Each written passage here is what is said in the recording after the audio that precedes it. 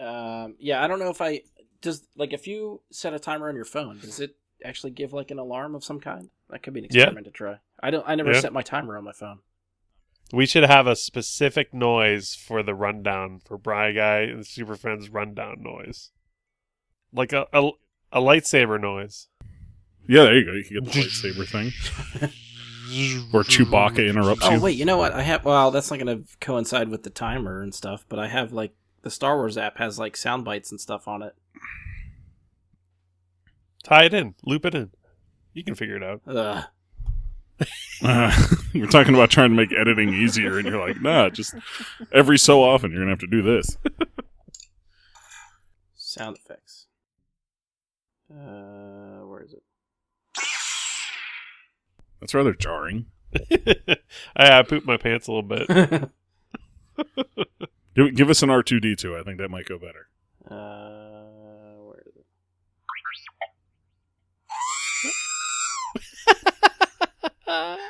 I'm not sure that one's the one.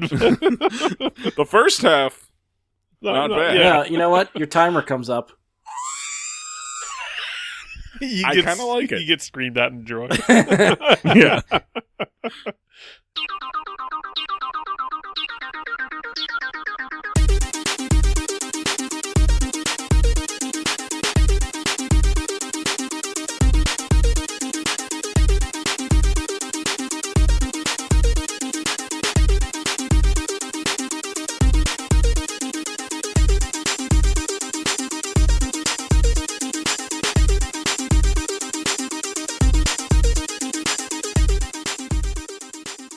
Hello and welcome to another episode of Bry Guy and his Super Friends.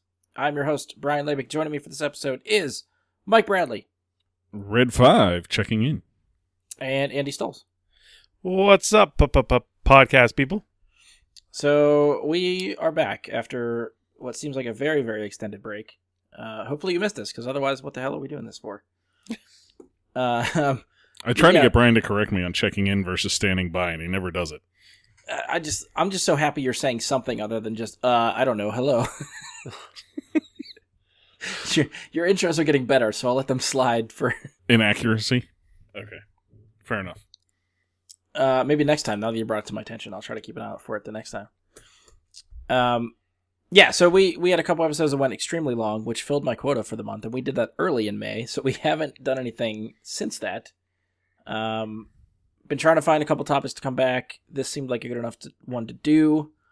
I know there's a bunch of other shit we should talk about, which we're going to have to save for another time. So for now, since our first episode back, we're going to be covering some video game news. As we like to do this time of year, this is the E3 episode that we do for the Electronic Entertainment Expo, which is actually still going on at the moment. The press briefings have all come and gone. The show floor is technically open right now.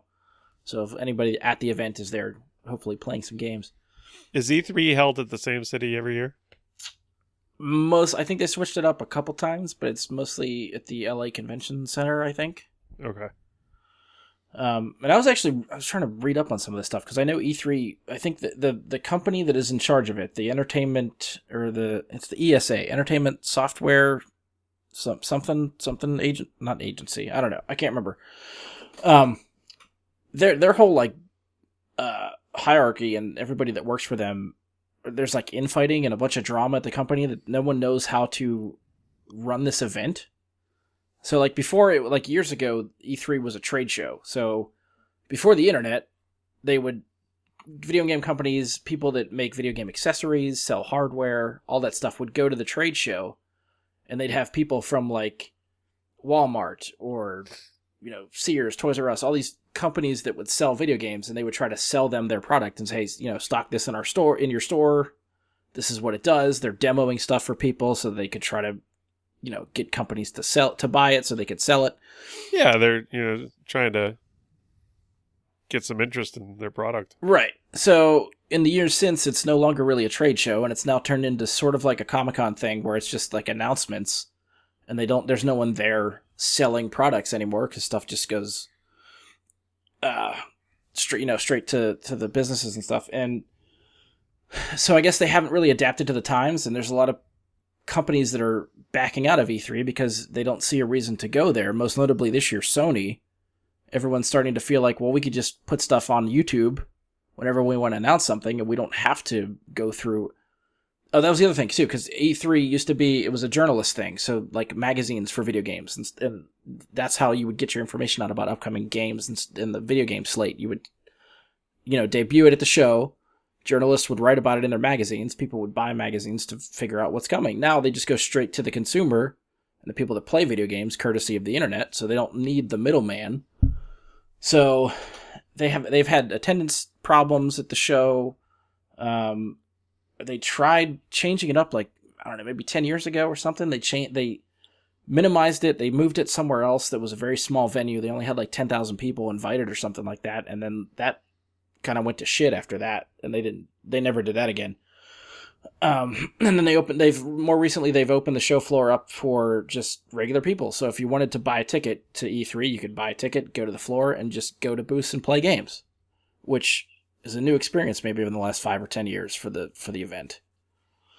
So, and yeah, I feel like there's less and less developers and companies that go and debut stuff there.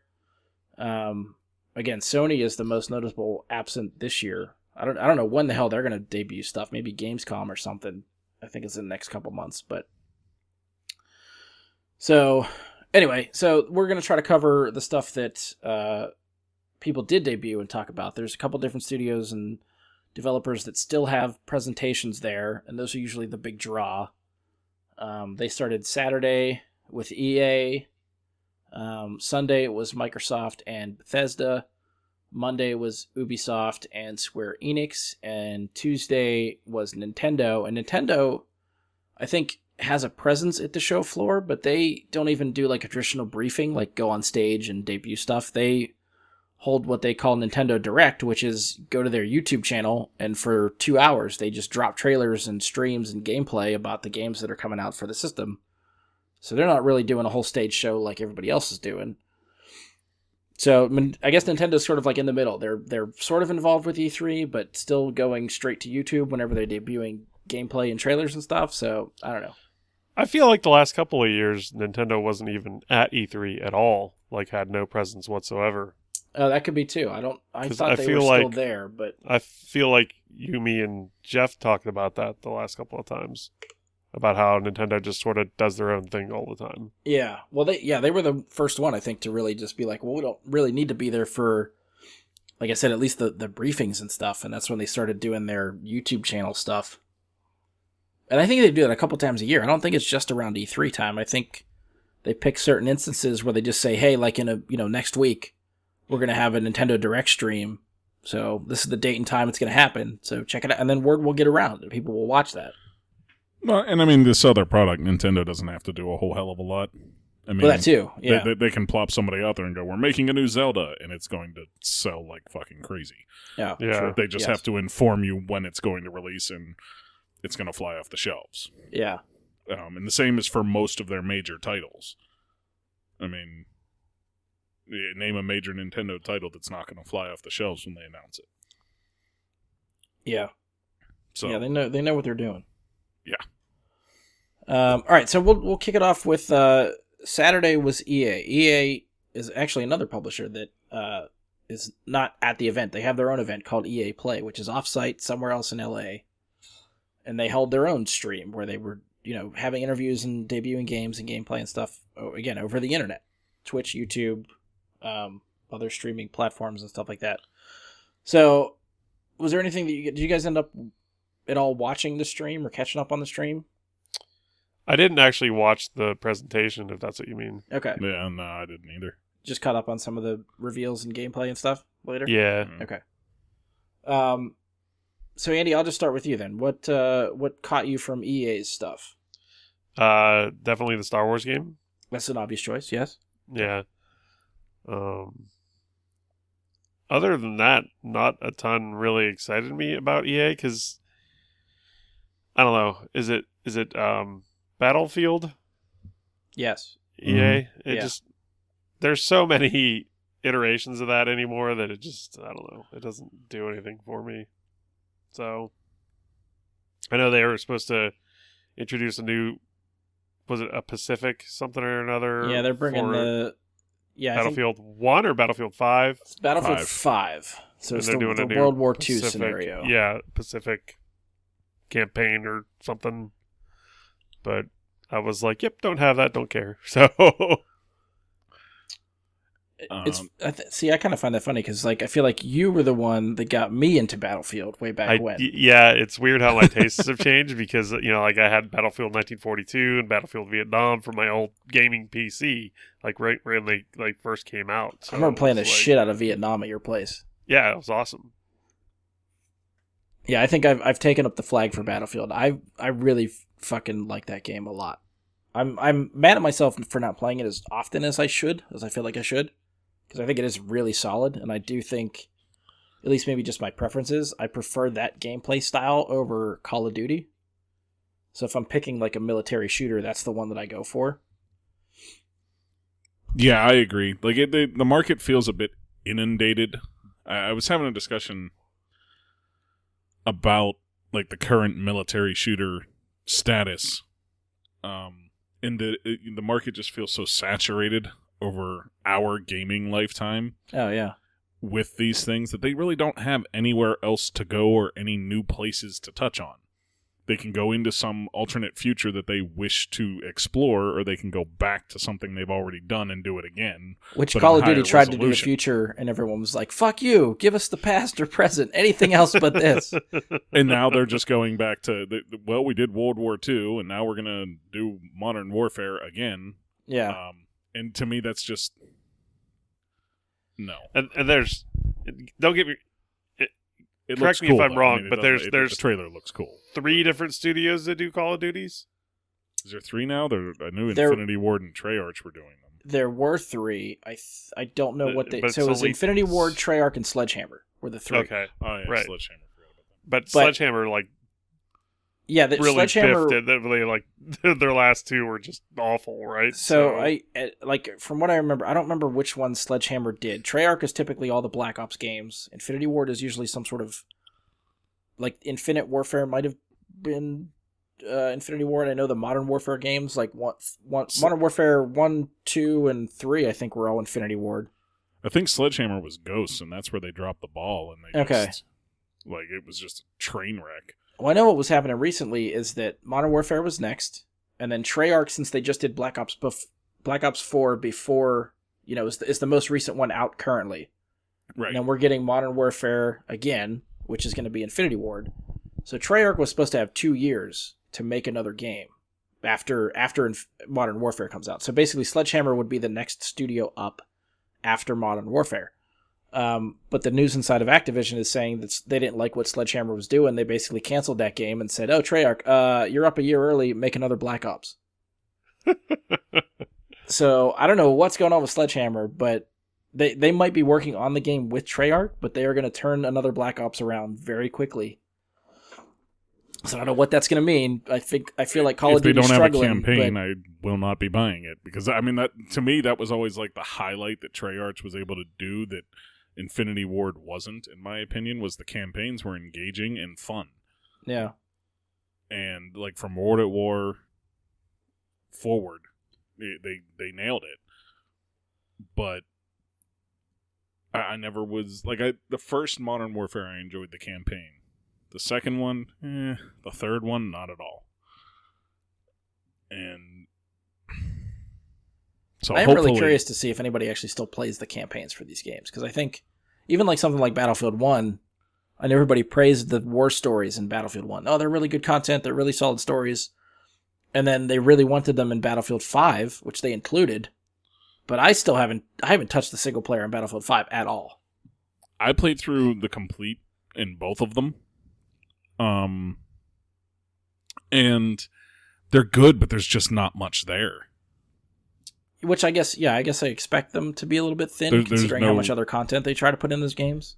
Right. You have to. There's no replayability. There's like once you've done it, you're like, okay. Yeah. Those games are so multiplayer oriented, though. You have to pretty much that's your focus. Let's make multiplayer badass because that's what's going to sell the copies. Or I feel like the digital when tags. they were doing better, like when the games were better, when Call of Duty and Battlefield were in their golden era, let's say, they were focused on the campaign. And because they focused so well on what they were doing there and making the gunplay tight and making everything work and make the campaign fun, unleash that same fun right into multiplayer, and I feel like people enjoyed the hell out of it. Right. And I feel like now they're focusing reversed. too much on one, and it's not as fun because they're... I don't know, it just doesn't have that same snap to it anymore. I don't know, even that being said, I think the gunplay in Battlefield 5 is one of the best ones they've done. My only issue with Battlefield 5 was how similar it felt to Battlefield 1. Which, yeah, I mean, I guess I understand because it's the next one after that. So if they turn them around every 2 years, which is, they usually take a year off in between Battlefield games because I think it's the same studio, right? It's just DICE. Yeah, it's just DICE. So, and they're making Battlefront too at the same time. I think those are two different DICE studios. Branches. Though. Yeah. Okay. So yeah, I can understand the quick turn, like, sort of repurposing assets and stuff like that from one game to the next. But which I understand what you're getting at. It just that to me was the only major drawback. Like the multiplayer in that game is awesome. Yeah, because I remember when that first came out, you were the one. I didn't even get a chance to play it because I didn't have it when it first came out. But I remember you were the one that was telling me this game is awesome. You need to play it. This is great. Yep. Yeah, it is. And I mean, it's still the same thing with the same as Battlefield 1, where I can't fly a fucking thing in those games. Oh yeah, I wish the eye controls were better for me, but Yeah, every single Battlefield game I've played, even Battlefront, I cannot fly worth a See, hot Battlefront, the space battles, I'm fucking awesome. I love that. But yeah, but put me in some sort of space fighter trying to shoot something on the ground, and I will always kamikaze right into whatever I'm trying to shoot. I feel like their depth perception's a little off. Yes, yeah, I get that. Hit things. But in every match, there's always that one guy that's a fucking awesome bomber that destroys one side or the other. Like, yeah, he has 50 some odd kills, didn't fire a gun. I'm like, well, and that's something I think Call of Duty. Maybe that's what Battlefield sets apart from Call of Duty. Is Battlefield has a lot more vehicular combat, which I don't think Call of Duty really does anymore. It's infantry based, close quarters. Not very big maps. I think Battlefield hardy skill. Yeah, not as fun. Yeah. I think Battlefield for me, just the size of the maps, it feels like a bigger battle. The amount of players that are in there, where you can have 64 people playing against each other, like that, it's 64, enormous. Like 32 versus 32, or are you talking 64 versus 64? Sorry, yeah, 32 versus 32, 64 total. Yeah. Okay. Which maybe next gen we'll get that 64 versus 64. Oh my god, that would be, the maps have to be humongous. Dude. I always hated the close quarter stuff. Yes. Where it's like every turn you take, there's someone with a fucking shotgun, and you're just like. I mean, there are still games run into those problems. I will admit there are still frustrating parts of Battlefield 5 when I play online, but I get nowhere near as frustrated playing that game as I do playing a Call of Duty game. Right. Call of Duty, I'm ready to punch my fucking TV. Call of Duty, I mean, yeah. the thing I will say, it gives it a little bit more realism, which I don't necessarily like. Because, if you're sniping in Call of Duty, you just have to hit the person. Anywhere. Right. Yeah, anywhere. You can just hit their toe, hit their toe, and they're dead. Yeah, just hit them. Whereas at least Battlefield, you have to get a headshot for that one-shot kill. So the sniping is not as ridiculous where you run out and it's like, oh, cross-mapped and you're dead. As soon as you peek from any cover, there's somebody with their sights on you and you're screwed. Yeah. I don't know. I will support Battlefield 5. I still really enjoy that game. They just added a new map. They started bringing in the Greece part of World War II, like maps based around Greece. Mm-hmm. So they just added a map this month. It was all their content's free. So there's another free map this month called Mercury, which I was thinking John Travolta. I'm sorry, I was. Yeah, not that. That would be weird. I was like, DLC. Why? Grease lightning, armored up like Twisted Metal, just rolling through the battlefield. But no, yeah, the that map that they added I thought was fucking great. I had a lot of fun playing that one. they're adding maps similar to that, I think, over the next couple months. I think we're getting another one the end of June, another one in July. These are full maps you're talking about, like full... full multiplayer maps that they're adding. Yeah, that's what I mean, like full, what's the game mode called? Conquest? Conquest, yeah. And then, like Andy was saying, I think their Pacific Theater of War that they're bringing in, they said, whenever Season 5 starts, sometime in the fall, I can't remember if it was like August or September, October, somewhere in there, they're dropping... Maybe it might be another trickle, like a map a month type of thing, but they're adding the Japanese American forces. You're getting new weapons, vehicles, maps based around that. They were describing maps where like the Japanese forces are entrenched on a coastline somewhere, and the American forces are coming in on amphibious craft and have to storm the beaches like Normandy, which to me sounds really cool of a setup for how that could work. Just the amount of like 32 people jumping off of boats and storming a beach in a battle online with other players sounds insanely fun to me. It does sound fun. I think you actually stormed the beach in the original Battlefield 1942, if you remember. See, a lot of my flashbacks to like storming the beach of a World War II game always come back to Medal of Honor. I don't remember it in 1942. I remember Medal of Honor doing that in their campaign, and that's the one that always sticks with me for some reason. Oh, what a franchise that fell off the map completely. I know. That one's completely gone. It was too saturated, too much on the market. Like, I'm surprised there's enough space for like competition at all. Oh yeah. But Andy, if you have any interest in Battlefield 5, again, I highly recommend it. It's typically on sale a lot. Like you could probably find it for $30. We will play it with you. That's not bad. Gladly, yes. Now is it one of those things where you have to like level up your engineer, level up your assault guy, classes. And then each of the weapons has to level up and all that jazz. Each class is each class has its own leveling system, so you have to get each class leveled up to unlock the assortment of guns. The better weapon. Okay. Yeah, the guns themselves don't really level up to get better. They just level up cosmetically. Well, they have certain stats and stuff, I think. Like there's some sort of skill tree for each weapon if you use it enough. Yeah, that's true. And I don't know how well it really affects the gameplay. I actually don't pay attention to the skill tree whatever I level up on the gun. If I find a gun that I like, I just keep using it and try to see. And then like now they have like when you play the matches and do like certain challenges, they have daily or weekly challenges, whatever it is.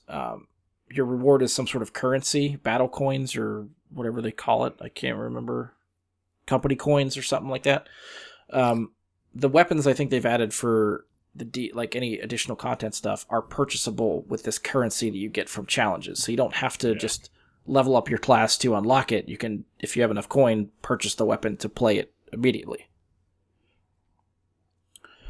So something to keep in mind too, I guess. But okay, yeah, I actually played it a lot this last week. I decided to just get into it with the new map, and I got sucked back in, and I really fucking enjoy it. So I'm looking forward to this next batch of content. I definitely think it's going to bring me back in to play it more often. And they do, Mike. Did you ever try the battle royale that they're doing? No, Firestorm? I during that whole release time, I was playing Sekiro. Okay, so I tried it a couple times. That took up a whole month. I mean, if you like battle royale games, I guess it's the same type of thing. I had a little bit of issue with. Is that like the whole Fortnite spiel where you go into an island? Right. Kind of, but it's more like Apex because it's teams, right? Oh, okay. But it's the same idea. Like you are going into an area of the map that is constantly shrinking, and you have to be the last man or team standing. Yeah, it's like 16 teams of 4. Yes. Go into each one. Yeah. So depending on how you feel about those game types, I felt like it's similar enough to the other ones that I think they did a little bit more different because there are some vehicles involved, which I think added dimension to it, which could be interesting. The destructibility that is paramount in Battlefield games now, I think, plays a factor in the Battle Royale stuff. And really any game mode that you play in there. Yeah. The destructibility of the buildings and the environment is fucking fantastic. And I think that's another reason it sets itself apart from Call of Duty. That's definitely one thing that you never see enough people doing when you start a map or a match of Battlefield. Now you have to build.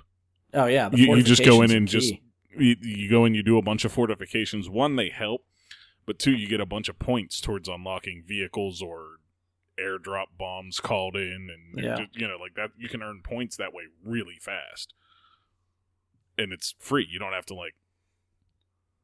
beat anybody to do it. It's just build shit. You can even blow it up yourself and rebuild it again. It's another thing that I think Battlefield does better than Call of Duty. I think Call of Duty lends itself to the lone wolf mentality of I'm just going to go kill a bunch of people. I don't care what my team's doing, and we will win. Battlefield, maybe just it's because of the game types that I'm used to playing on Battlefield, but their bread and butter, the Conquest or their Rush game mode, whatever it is, playing the objective gets you more points than just straight out killing people the entire match. So they reward you for playing the way you are supposed to play, which helps the matches, I think, go the way they're supposed to instead of just one guy that's wiping everybody out. You might still have that, but your team could still win even if that guy's just wiping everybody out. A kill just in an objective zone is worth 5 times a kill that's nowhere near an objective zone. Yeah. Whether you're capturing or defending or fighting over the territory, you get so much more credit if you're actually trying to take the objective. Right. Yeah. So I don't know. I feel like I'm just trying to sell this game on Andy now, and I don't know if it's working. So I'm going to try to move us on here. Well, I'll move us on. Andy mentioned the Star Wars game. Yes. It looks to be a game right up my alley. I heard a lot of people afterwards saying Dark Souls. It seems like it doesn't really seem that way. I heard a lot of comparisons to Sekiro even, so... Yeah, the armor / posture meter kind of thing that it has Sekiro seems much more similar to that. I think I had this discussion with Brian about when they're making a Star Wars game, how difficult it can be to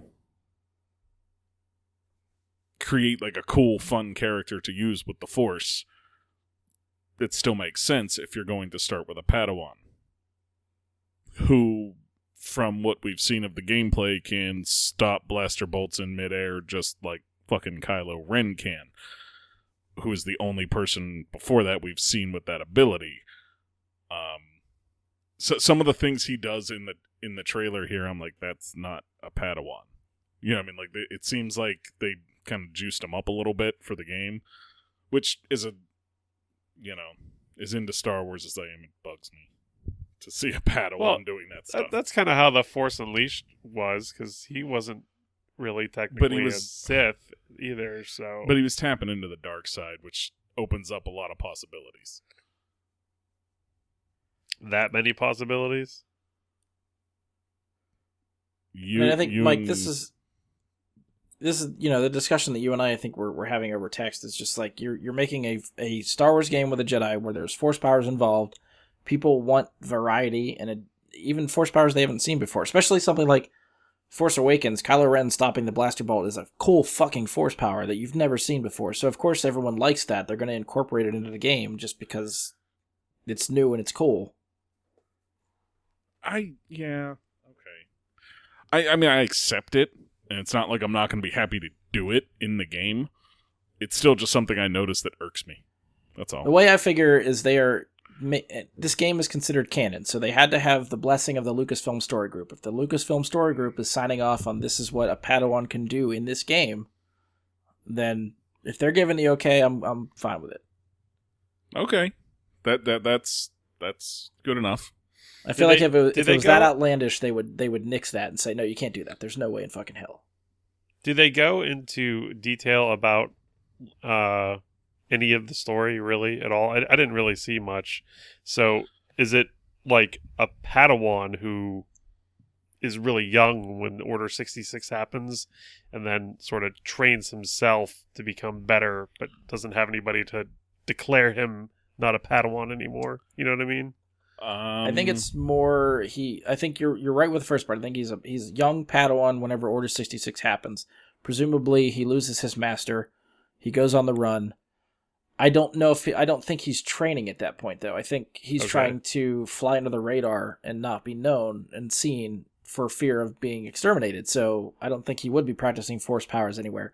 And I think that's part of the game, is that now he has to somehow be involved in this conflict and is trying to train himself as he goes, or maybe he finds a teacher along the way. Maybe that's part of the story. But he's obviously growing in force powers as the game goes. Yeah, that has to be the case. That's just game progression in general. Yeah. So it would make sense. As far as how young he is when Order 66 happens, I guess we'll just have to wait and find out how much time actually passes. Because, I mean, as far as I know, the only things we really know for sure about the story is what Brian has said, and that the main force-wielding adversaries are going to be the Inquisitors. Okay. Because that's just from Rebels, like promo posters and stuff. Yeah. Yeah, we have, I think there's Purge Troopers, which are like the dark armored stormtrooper things that looks like they have the staff that Grievous's droids use. Yeah. Okay. That actually looked really cool. They're supposed to be, I think, somehow trained to like take on Jedi or fight Jedi. They don't seem like they're doing a very good job because they keep getting wiped out. But yeah, I think Mike's right. I think the as of right now, the top tier type of boss villain we are expected to encounter are the Inquisitors. Yeah. Which so no mention if we'll cross paths with Vader or anything like that. But Maul. Inquisitors, yeah, that too, yeah.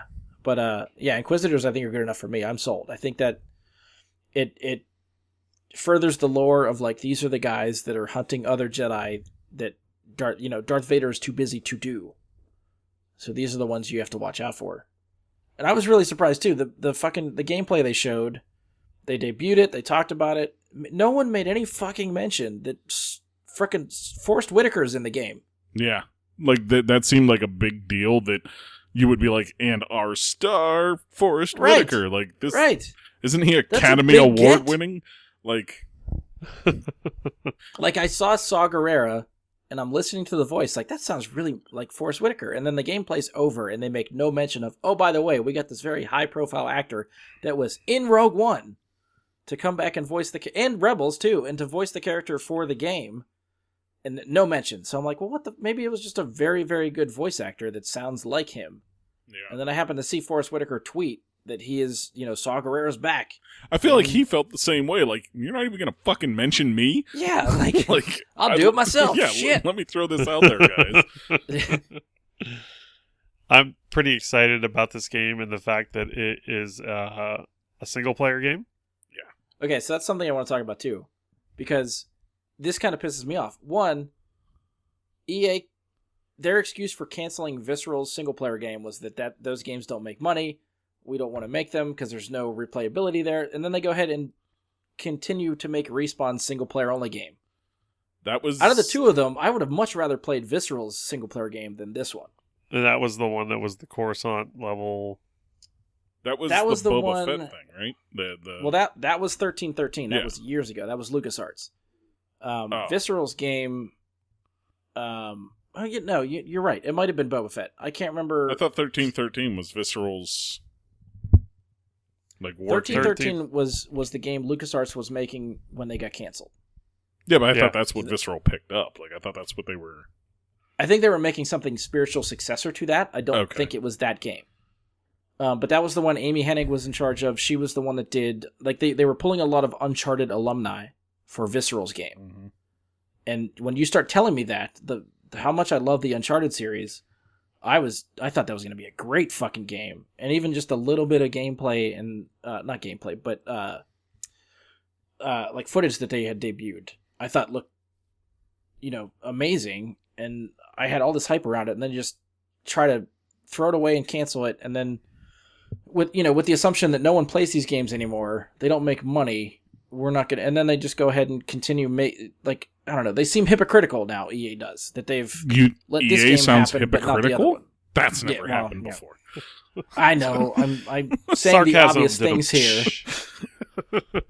but I don't know. It's still got a sore spot for me. I think.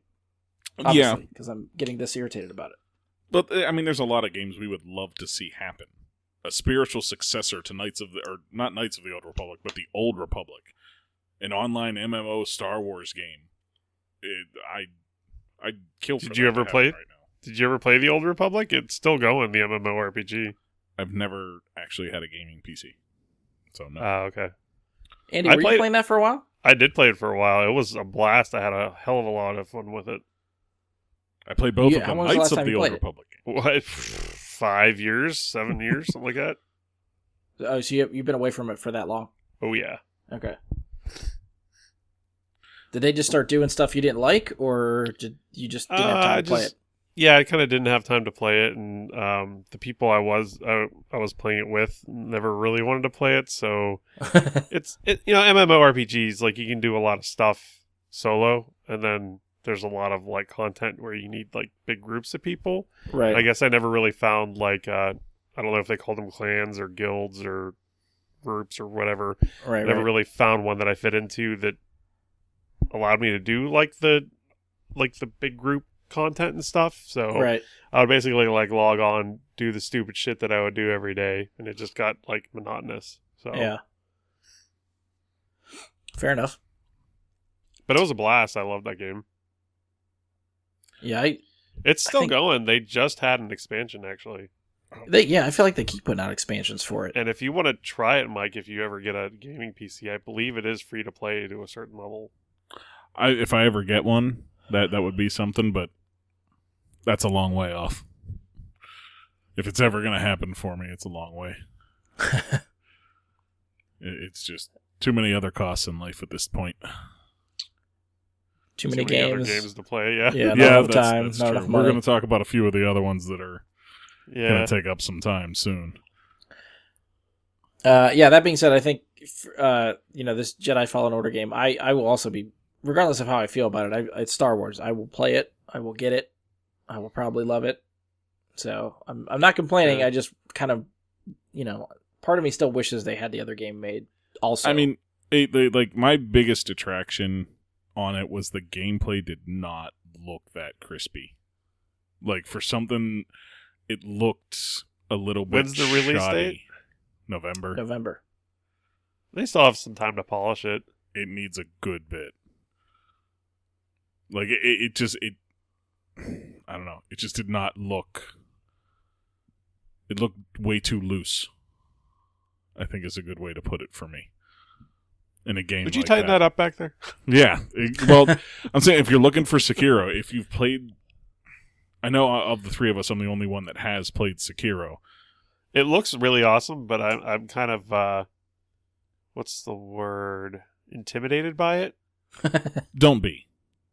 Ah. You have an Dude, I you couldn't have get an past Xbox, the first I will, bridge in Demon Souls, so... you have an Xbox. I will give you I have a hard copy of Sekiro. I will give it to you and you can play it. No investment. If you promise to actually play it, I will just give it to you. You can give it back to me when you're done with it.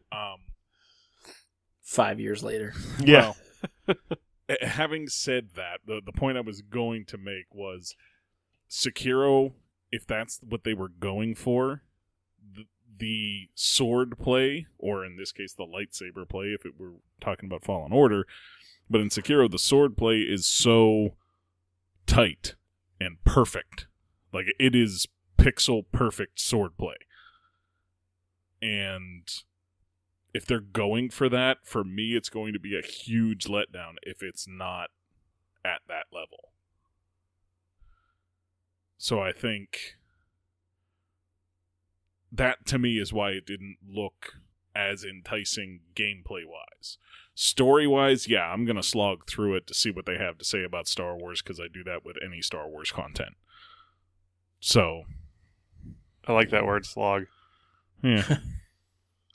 Yeah, I'm wondering if it's like, if the combat feels precise, like you have to do button combinations to pull off certain moves against certain enemies, or if it's just, I'm just going to mash, X, X, X, Y, Y, X, X, Y, X, Y. If it's like a coast-through campaign, I'll be disappointed.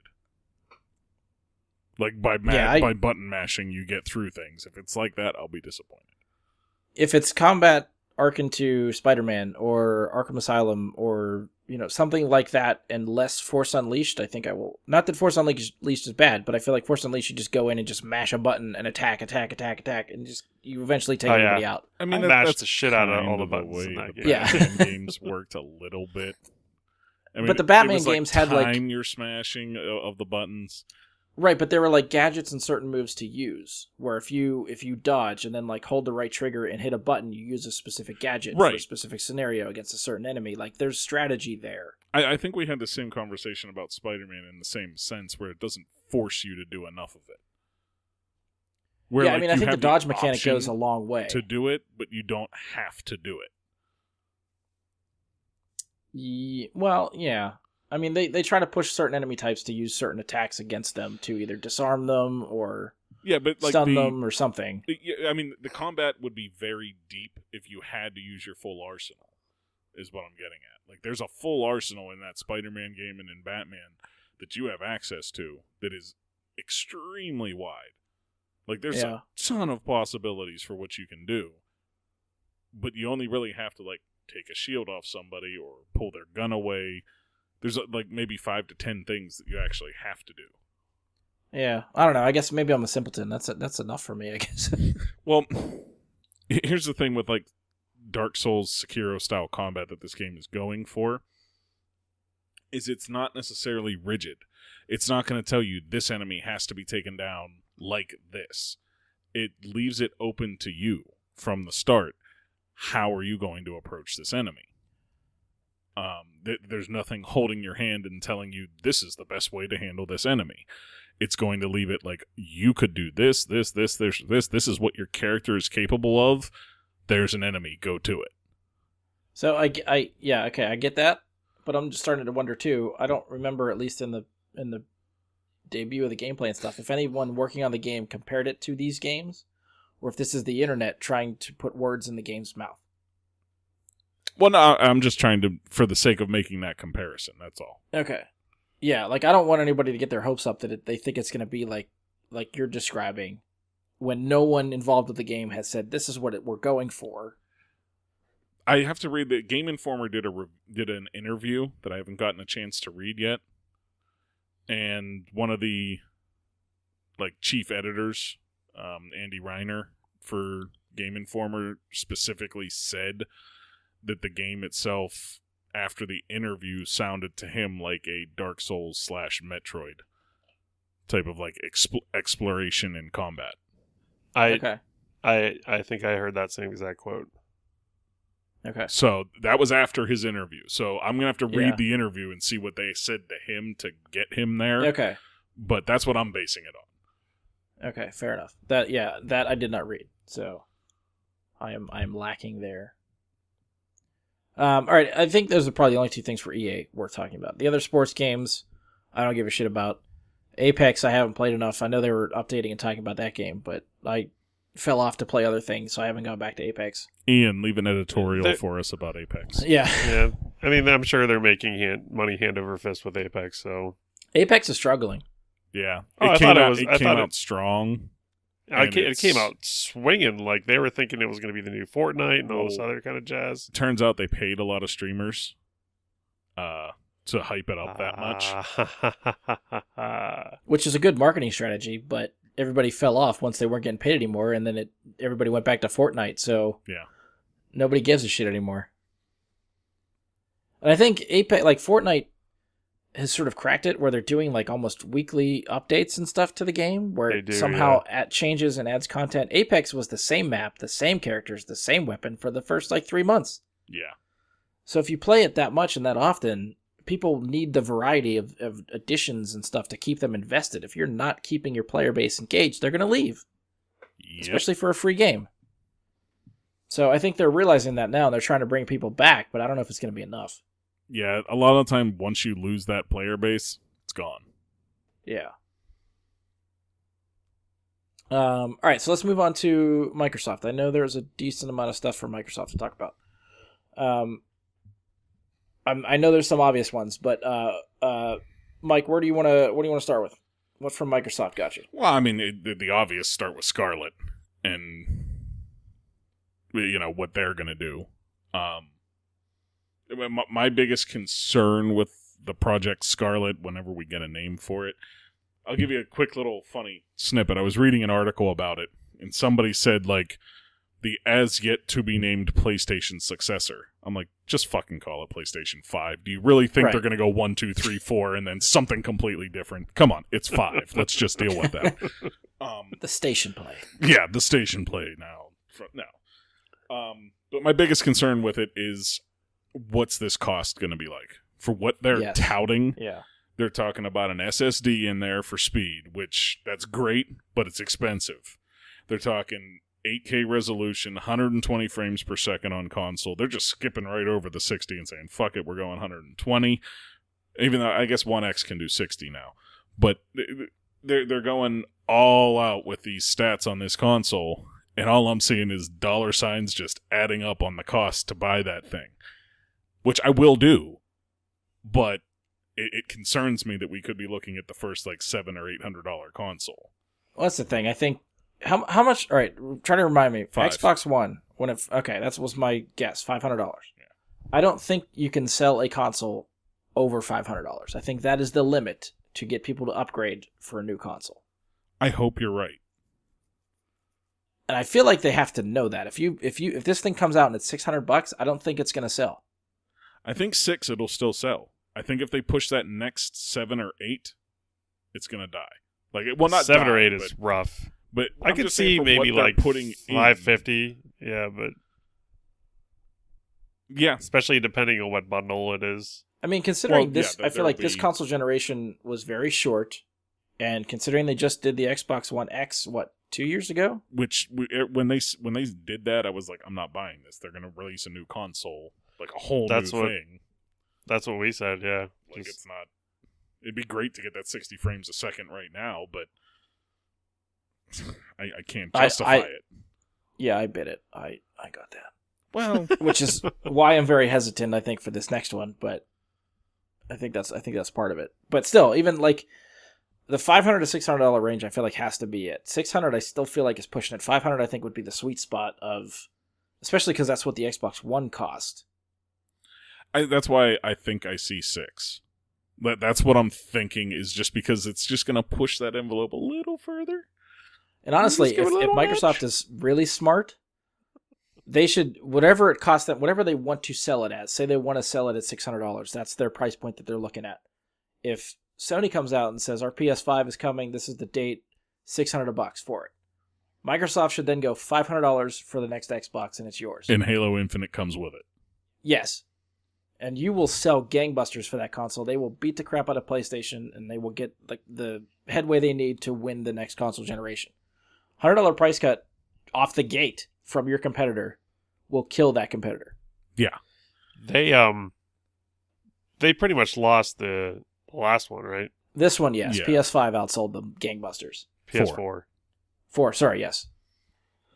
PS4 also actually had good exclusives. They had so much going for them. I mean, that's one of the things that Xbox really needs if they want to push forward in that next generation, where you had games like Spider-Man and God of War, and what did we have for Xbox One from Microsoft as an exclusive? Gears of War 4, which kind of sucked. Like... Yeah, well, I think that's why they're pushing Halo for the next one, because they know Halo will sell systems. Yeah, just on the name alone. We'll get into how I felt about that trailer, but I was talking to a friend of mine who's a big Halo fan, and I was trying to figure out.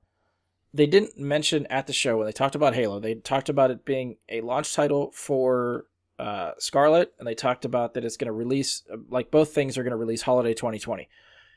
I don't think they mentioned at the show whether or not Halo is going to be on Xbox One or exclusively for the next generation on the Scarlet. Oh. If you look at the website, like Xbox's website for Halo Infinite, the game details for the page says, Master Chief returns in Halo Infinite, the next chapter of the legendary franchise beginning holiday 2020, developed by 343 Industries for the entire Xbox family of devices, including Project Scarlet and Windows PCs. Halo Infinite continues the Halo 5 Guardian storyline, takes the franchise in ambitious and unexpected directions, powered by the all-new Slipspace engine. So, that alone makes me feel like this will also be available for Xbox One. Yeah. So for people that own an Xbox One and want to play Halo, they will not upgrade for Scarlet. I think that's a stupid move if you want to sell consoles. I agree. It's not a smart move, but they also want to sell games. But how much money do they actually make on games? Hardware is what's going to make them profit.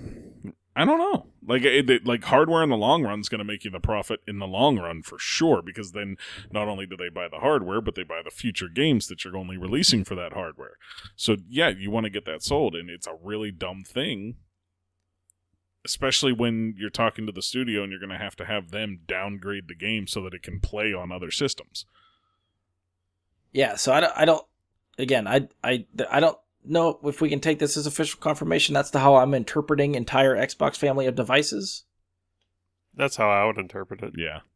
Obviously, I mean, it specifically mentions Project Scarlet and PC. Could that just be that, like, that's the Xbox family of devices they are talking about? It could be that it's poorly worded marketing. It's possible. Yeah, so I don't know. The business of it doesn't make sense to me. I understand you will, like your player base will like this decision because it will not force people to upgrade immediately. Yeah. But if you are putting this game as a launch title for the next system, it is your intention, in my mind, doing that, you want to sell systems. So I don't know. It seems really odd to me. I mean, any word on the backwards compatibility? Complete. Okay. That is what I read, is that it's going to be fully backwards compatible with all previous Xbox systems. And they made a post recently saying that backwards compatibility will be stopping for current generation. So they're not adding any more games to the backwards catalog compatibility of like Xbox One to 360 or original. Right. Yeah. They gave like a final list of games. This is what we've added for this console generation. Our backwards compatibility team is going to move forward and work on backwards compatibility for Project Scarlet. Yeah. Which is, you said, complete. That's the way they said it. It will be functional with Xbox, Xbox 360, and Xbox One. That's awesome. I mean, they stressed at the show that we understand you have a large library of games that you do not want to give up. We are trying to allow you to play your games wherever you want, on any device you want. So I feel like that's the future of games. That's what they're pushing. That's what everybody wants to push, is that the flexibility to play what you want, where you want, and how you want it. And that, to me, means you could play it on Xbox One, Project Scarlet. Eventually, they're going to make this work for your phones and all this shit, too. Stadia. Yeah. Yeah. So the next couple of years, I think, are going to be really interesting. How much push we're going to get for the cloud-based streaming stuff, games as a service, digital content. If we're going to have any physical media for this stuff in the next 5 years, I don't think we are.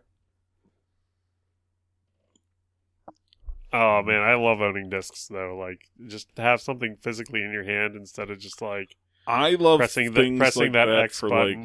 like box art. Yeah.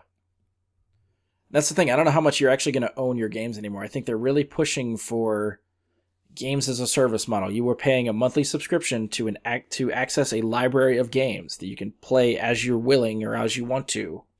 Game Pass and PS Now. Get the fuck out of here. That's what I'm telling you. They are. I guarantee you that's where they want people to go. Case in point. So something else to talk about that they announced too is an upgrade to Game Pass. Yeah, the Ultimate or whatever? Yes. So Game Pass Ultimate is Xbox Game Pass, your subscription to Xbox Live, and they will be adding support for Xbox Game Pass on PC. From what I understand, the library of games for console and PC will differ. Just because it is on Game Pass on console does not mean it is on Game Pass for PC. Fair enough. There are different lists. But all three of those things are together for $15 a month is what they're pushing. Now, I've heard this from two different people already today. They are having a deal right now where you can sign up for your first month of Xbox Game Pass Ultimate for $1. Yeah. Right. What this does when you sign up for that is that if you have any outstanding prepaid time for your Xbox Live, it converts that time to an Xbox Game Pass Ultimate subscription. So it just converts it towards your next month or 2 months. Meaning, or if 3 you have months. 2 years paid already up front of Xbox Live, when you sign up for Game Pass Ultimate, you get 2 years of Xbox Game Pass Ultimate. Oh, I feel like that's a bug. This is in the details of the. I checked it out right before I got on because I'm looking to do this today. So it adds another month to your existing Xbox Live subscription. If you have a subscription, you are paid up for 2 years. You pay for a month of Game Pass for $1, so it adds 2 years and a month, and then you get all of it: Game Pass for PC, Game Pass for console, Xbox Live. so it would behoove you then to sign up for there's a deal I think that's still active where you can get 2 years of gold for $60. Yes. Do that So first do and then that pay your as- So you dollar. can, yes. So you can do a maximum. It says in the details it redeems for a maximum of 36 months. So you can push this out 3 years if you want to. That's worth it. Now, what this is going to do, and I think this pushes we're trying to push games as a service. They probably want everyone to join into this, because I feel like the physical cards and codes for 12 months of Xbox Live are probably going to go away. They're going to want you to pay for like the monthly subscription service for what they're trying to do. So you sign up for 3 years of this service, and in 3 years, by the time that 3 years is up and you are set to renew, I have a feeling the way you pay for Xbox Live is going to be completely different, and you're just basically going to be suckered into whatever they do. Probably. I'm thinking that sounds like a really good idea to pay for 3 years I am and sign up for doing the that dollar. as soon as we get off. I actually bought another year's subscription this afternoon to load it to my account, so I have another year that I might actually just try to find somewhere cheap and get it and load it up and try that and see how well it works. I've had 2 different people say the same thing to me, that they are paid up for at least 2 or 3 years for this thing. And they've checked their account. All their subscriptions say they have Ultimate Game Pass up through, whatever the time frame is, 2 or 3 whatever. years. Yeah. Yeah. Okay. So, Nice. because my Okay. fear was that that was my first thought too, was a bug, and next month Microsoft's going to catch on and say that, it shouldn't say this. You should only get 1 month. After your month is up, we're going to start charging you $15 a month for everything. But when you go to the dashboard and there's the ad right there for $1 for Xbox Live Game Pass. If you click on that and go to the details, it explicitly tells you how it's going to convert and what that means, and it sounds exactly the way it was described to me. So, Damn. heads up to anyone listening to this, you guys yourselves. I don't know how long that deal lasts, or it might even not be just the month for $1. It might just be even when it goes regular price. If it's $15 a month and you sign up for the service, it could still convert whatever you have existing to that service. Yeah. You just would be paying $14 more than everybody else, but still, it's something to think about. I think, I was trying to math it out in my head, and considering I'd be paying, basically $60 a month, $60 a year, and then getting Game Pass on top of the Xbox Live subscription I'm already planning to pay for anyway, and just pay for it up front, and then for 3 years I don't have to worry about it. Yeah, you're talking $180 a year. You're basically paying for 1 year and getting 3. Right. So I am on board. I'm gonna try that out. Plus, it gives me a chance to experiment with Game Pass and see how that works. Game Pass is And decent. conceivably, if you cover your subscription for 3 years, that covers when Project Scarlet releases. So when that system comes out, if you get it day one, if you are an early adopter, you will have Game Pass for 1.5 years on that console. Mm-hmm. I will. Not to mention whatever they end up doing with PC too. If you have a gaming PC also, or want to try games on PC, that's included there too. Whenever they finally, it's considered in beta right now, or will be shortly. So I don't know when the PC part of it officially releases. But still, you'll be good to go for whenever that finally comes out. I've got a bucket of change that I've been collecting for a few years that's ready for that next Xbox. It's kind of how I do it, actually.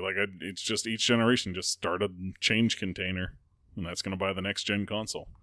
There you go. And, by the time that next gen console comes around, you have a few $100s in change. You're ready to go. So yeah, that's my PSA for anybody listening. Another thing they debuted too, not game wise, but it's an accessory, but the Elite Controller 2. Did you guys see this too?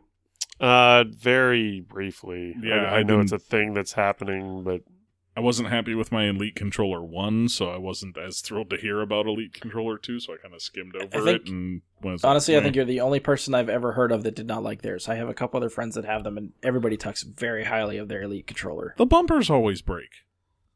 They have this tiny little piece of plastic inside the damn thing that holds the bumpers in place on this heavy-duty, awesome controller that is awesome in every way, except for one tiny little piece of plastic that always breaks on the bumpers. I don't know what to tell you. You're too rough. Maybe I play games that use the bumpers too much. Yeah, when you hit the bumper, you really hit the bumper. Huh? Yeah. Well, I play a lot of Destiny, okay? And when you play Destiny, left bumper does your grenade, right bumper does your melee, push both bumpers to do your super. You use it a lot. Well, that's the whole thing. I think the controller's programmable, right? So if those buttons break, put them on the paddles on the back or something. I disassembled the controller, put new bumpers on it 3 times. Before I was just like, you know what? Fuck this. I'm done with this.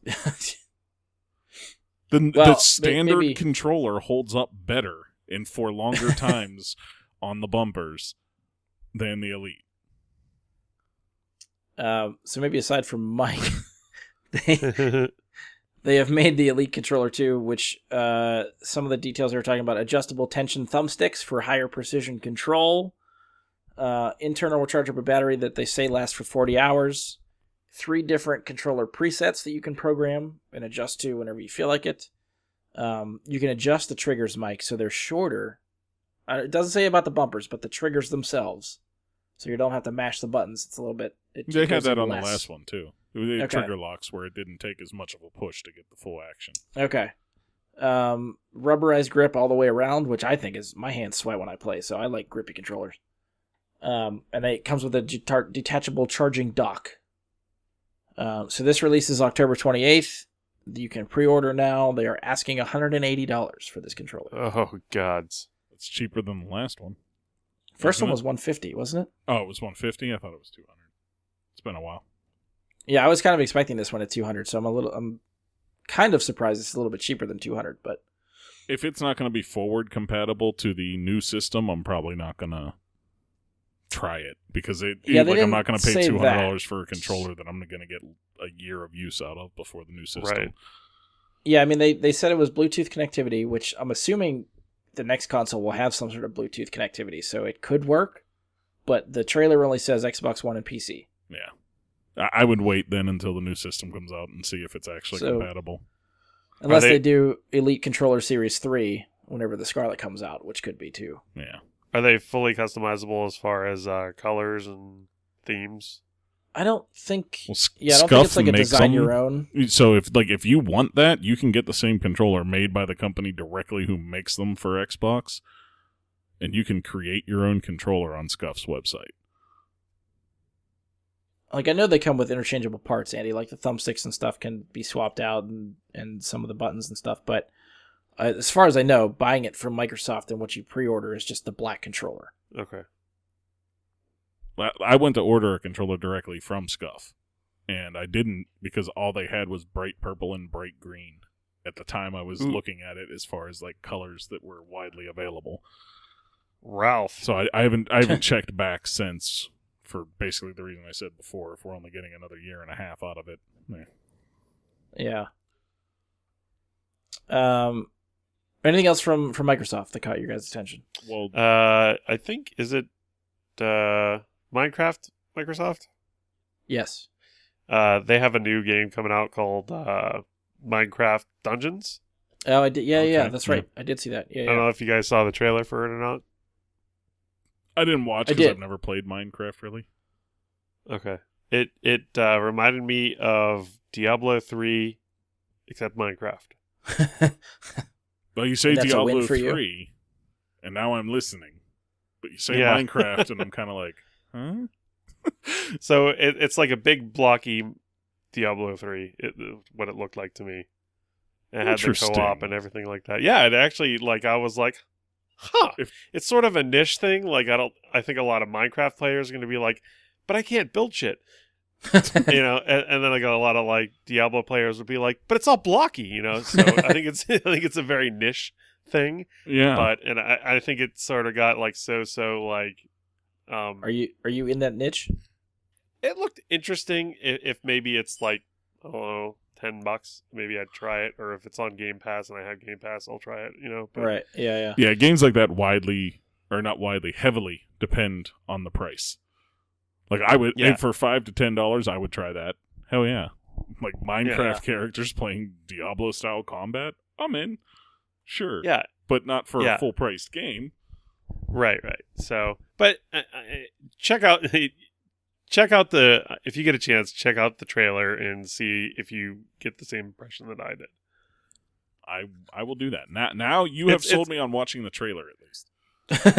It's a very short trailer. I mean, it's still got like the goofy Minecrafty type parts to it, with the blocky enemies and all that kind of jazz. But you're still running around like it's Diablo. Andy, you got Mike's foot in the door. Yeah, we'll see if you can bring it home. And I don't know, is the Outer Worlds, is that a Microsoft thing as well, or is that? So from what I understand, I think I was talking to a friend about this one today too. It's the game is made by Obsidian. Right. The original makers of Fallout. Yeah. Okay, yeah. And then Fallout got sold to Bethesda. Right. And Obsidian was bought by Microsoft last year at E3. That was what they mentioned. They bought the company. Okay, so it is. But I think the game was in development before they were bought by Microsoft, meaning that it could already be sold to other platforms. So it could still come to PS4. It is. I just looked that up. But then yes. I think it is sort of. I think any future game from Obsidian will be probably Microsoft exclusive. Okay. But I saw the trailer for this. The trailer for this launched way before E3 and whatnot. But this game looks really good. I mean, I don't know if you guys are into like a sci-fi RPG or if you like Fallout or whatnot, but I think this looks like a really cool game. I know I watched the trailer. Can you refresh my memory? Because I don't feel like I remember it. Man, it's been a while since I actually watched it, but you're running around and it's kind of got a Vegas-y or like a retro type look to a lot of the buildings and whatnot and the different planets that you can visit. But you have a spaceship and you kind of have to choose between like the Resistance or the Order sort of a thing. Okay. And the guy ends up, the player, whoever is playing the demo or the trailer you're watching, ends up shooting the one that he doesn't choose between the two, like, heads and stuff. And the other one's like, holy shit, I can't believe you just did that. I don't know if that ringing any bells. Not really. That was a really poor... Andy's honest trailers. Yeah. If you understood that trailer from me talking about it, please go watch the trailer. I'll have to revisit it because it's not immediately coming to mind, but I know a little bit of the game. But I was surprised at what looks to me like a AAA game is actually going to be released immediately to Game Pass. Yeah. Oh yeah. I was surprised by that. Considering, I think. I think that's why Microsoft bought a lot of these studios, like these developers. I think they're trying to push for this games as a service thing. So if they put all these developers under their umbrella and they start, advertising it that way, that if you want to play the game, sign up for Game Pass, you get it day one, you're going to get a lot more subscriptions to that service. And I think, again, they're trying to, push people that direction. I think they hit a big one with Forza Horizon when that went, like, day one. Oh, yeah. That was a big game. Like, even I play Forza Horizon games. I love them. So, for me, that was like, oh, I can sign up for $1 for this month and get Forza Horizon instead of $60 for $1. Right. And, yeah, it's a way to bait you in. And it's going to work. Yeah. So Andy, I guess if you go with that deal for the Game Pass Ultimate and stuff like that, you could play that whenever it comes out. Yeah, I know. I'm actually really thinking about it. Also, I did have like a free thing with Game Pass, and I got to play another game called Graveyard Keeper. If you guys haven't tried it, it's awesome. Yeah, you told us about you talked about that the last time. Yeah, and you creeped us out with it then. Yeah. Talking skull and donkey. It's pretty awesome. As far as Microsoft goes, wasn't it at their conference that a certain Mr. Reeves took the stage? And I'm surprised we waited till now to talk about that. That was the part that I think surprised me the most. I was watching waiting the press conference to bring it up. But So is Cyberpunk 2077, is that a Microsoft thing? no, that's No. CD Projekt Red. That's what That's I the Witcher thought. 3 people. Yeah, that cinematic, like, they put out like a 45-minute gameplay video. I think That's a while I did ago. look this up. When the hell did it was about a year ago. Yeah. It was August of last year. They put a 45-minute And it gameplay looked awesome trailer then. up. Yeah, and I was really excited just from watching that. Like, this is what the game's gonna be. This is fucking fantastic. Yeah. So we got a cinematic trailer this time, no gameplay, but the cinematic trailer ended with Keanu fucking Reeves in the game. Yeah. And I about shit my pants because I was like, what? No fucking way. And then he came out on stage. Yeah. And it was like the coolest chill fucking dude everywhere. Whoa. You're breathtaking. Oh my god, yes. That You're all breathtaking. it's so memeable now. Like, Yeah. oh, I loved it. Yeah. He got like the biggest round of applause. Even like What? I watched the press conference with a couple of friends. We're over at my house. I think we were all clapping at that point when he came out on stage at my house. Like, we're not even there. I mean, that was the biggest moment of the conference. Like, Yeah. you have this giant game that everybody's already hyped for, that nobody had any inkling of an idea that Keanu Reeves was going to appear in. I know. How did they keep that a secret? Right. And he's been in at least two movies, or one movie franchise and one movie that are very similar to that genre of game. Yeah. Johnny Mnemonic basically is Cyberpunk 2077. Good pull. Yeah. Very much so. And The Matrix, obviously, you Right. have a lot of that in there too. So, Yeah. man, like, to get that actor to do that game. It seems like he's going to Holy be like fuck. one of the main, if not the main NPC in the game. Yeah. Like he's not there for a bit part. Like Right. This is definitely not like a cameo appearance for him. He's going to Considering be how long he's this gonna game be has been like- worked on. Yeah. Like, you got to wonder when the hell they recruited him and how long this has been a secret. Like, that's the part that kills me. If they did this before John Wick exploded, talk about Oh, yeah. just pay dirt. Like, we invested in the right thing because that's just going to make it even more popular because of how popular that is. Yes. So, yeah, like, that was incredible. I seen that released on, like, I think it was, you were telling me to watch the video for it at the same time as I was reading your Twitter feed, like, gushing about it, trying not to spoil it for me. I did ruin that for you, apparently. And I was just like, as soon as I saw it on your Twitter feed, I'm like, no. You know, I had no inklings about this game. I didn't really feel like I wanted to play it. I didn't really think anything of it at all. But watching him in that press conference and then watching the little cinematic trailer, I might play this game. I mean, I felt like I was sold after that 45-minute gameplay video they did because I it need feels to watch like that then. it feels like Blade Runner RPG. yeah, exactly. Okay. It feels like Go Live Blade Runner. Yeah. And Just that futuristic setting with robots and cyborgs and enhancements and stuff. Like, I got a real bad Blade Runner feel from it. Absolutely. And there's no games like that out. So I feel like it's hitting a genre in a space that I don't feel like there's a lot there. yeah, there's There's really games not like that out. They just don't catch on. And maybe that's it. Not Maybe on this they're scale. just below my radar. like, Yeah. not on the scale that they're going for with this. Like, I mean, Rage, it has a very Mad Max feel, and if they Right. put it I in got a yeah, city, yeah.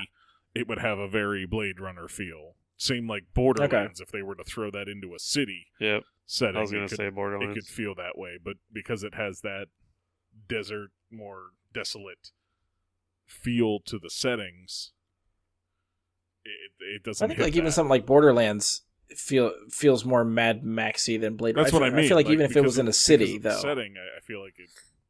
Mad Max and Blade Runner are not as far off as people would think. And like, don't get me wrong, the theme, the tone, a lot of it. But I'm just talking about like as far as like the setting would go and like the type of things you're seeing, like they altered people, and Machine Man type of crossover sort of things are there, but I don't know. feel like I'm wrong I about immediately this, and I'm think just talking out of my ass. like Blade Runner to me gives a flat out sci-fi feel where I don't get like a sci-fi feel from Mad Max or Borderlands or something like that. Okay, what would you call that then? That's a good question. I would don't call know what one genre I would put it in, but I don't futuristic know if I'd go as sci-fi far and one as apocalyptic sci-fi.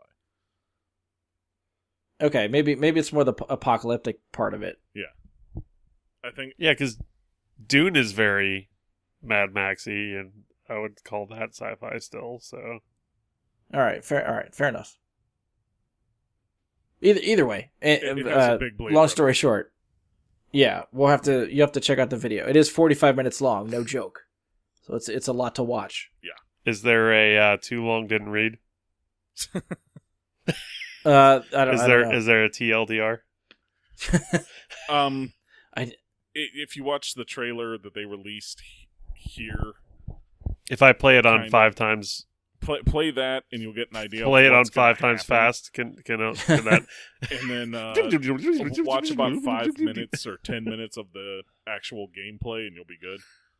Okay. Like, Yeah. you're not going to get The a whole much 45 more minute gameplay out of it. It's just that was overkill. Okay. Yeah, 45 minutes gives you a good sense of a couple missions and like interacting with NPCs and the dialogue options and that kind of thing. Like the full breadth of what the game could be. Yeah. So if you just want to get a sense of gameplay, just skip around in the video and you should be able to find some. Anything else from Xbox?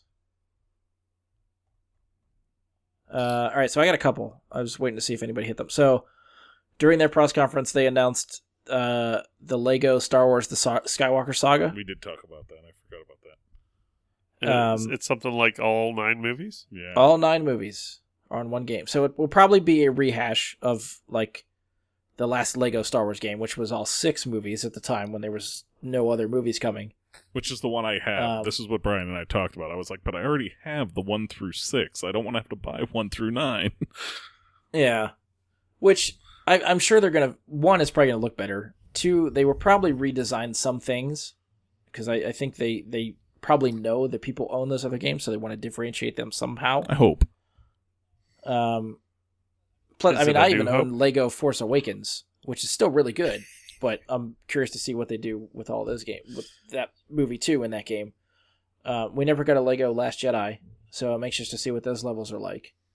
And they're obviously Lego waiting until Crate. after Episode 9 comes out, so it's coming sometime in 2020. They didn't give a solid release date, but sometime after Episode 9. Do you suppose they didn't do a Lego Last Jedi because of this game? Maybe. Or Yeah. because of how differentiated people were about the movie? No, I think considering how long it takes for games to be developed, I think they probably made the decision to make a complete saga storyline for the game instead of doing a one-off Last Jedi and a one-off Episode 9. Yeah, unfortunately for the people working at the studio, Rise of Skywalker has been spoiled to hell and back for them because they all have these details that they're Right. working on ahead Yeah. of time. And they probably signed mile-long NDAs to be able to just work on it. The other Lego thing that actually caught me by surprise, I thought was hilarious, but in the best way possible, is the Lego DLC for Forza Horizon 4. I didn't see this. Did you guys see that? No, I did not see this. It looked ridiculous. So they're doing a Lego deal, much like the Hot Wheels DLC was for Forza Horizon 3. Yeah. They are doing Lego Speed Champions or something for Forza Horizon 4. So it's Lego cars in Forza Horizon 4. Jesus. And vice versa, where they have Lego racetracks where you can bring in regular cars and drive around, and it looks fucking hilarious. If you wreck into the wall, does it burst into Legos? It had the Lego game sound effects. It sounded like when they were busting through trees and God. fences and stuff. Mike, I'll send it to you after this. But yeah, I thought that I was... did not see that It at actually- all. At the time we're recording this, it releases June 13th, which is tomorrow. So by the time this episode is up, that content will be available for people that want to play it. I may have to re-download Forza Horizon 4 then. So yeah, that I thought just looked hysterical, and I was just laughing like, this is ridiculous, but it's awesome the whole time. Ridiculous, awesome fun is something that needs to happen more in games these days. Yeah. The last one for me that for some reason I can't get this game out of my head after this little trailer that they played. It was a game called 12 Minutes. Did you guys see anything about this? No, I haven't heard of this at all. So the trailer they showed, it's like a top-down perspective. So you are in like someone's apartment. And it opens with a husband and wife or man and girlfriend, something like that, having a conversation about...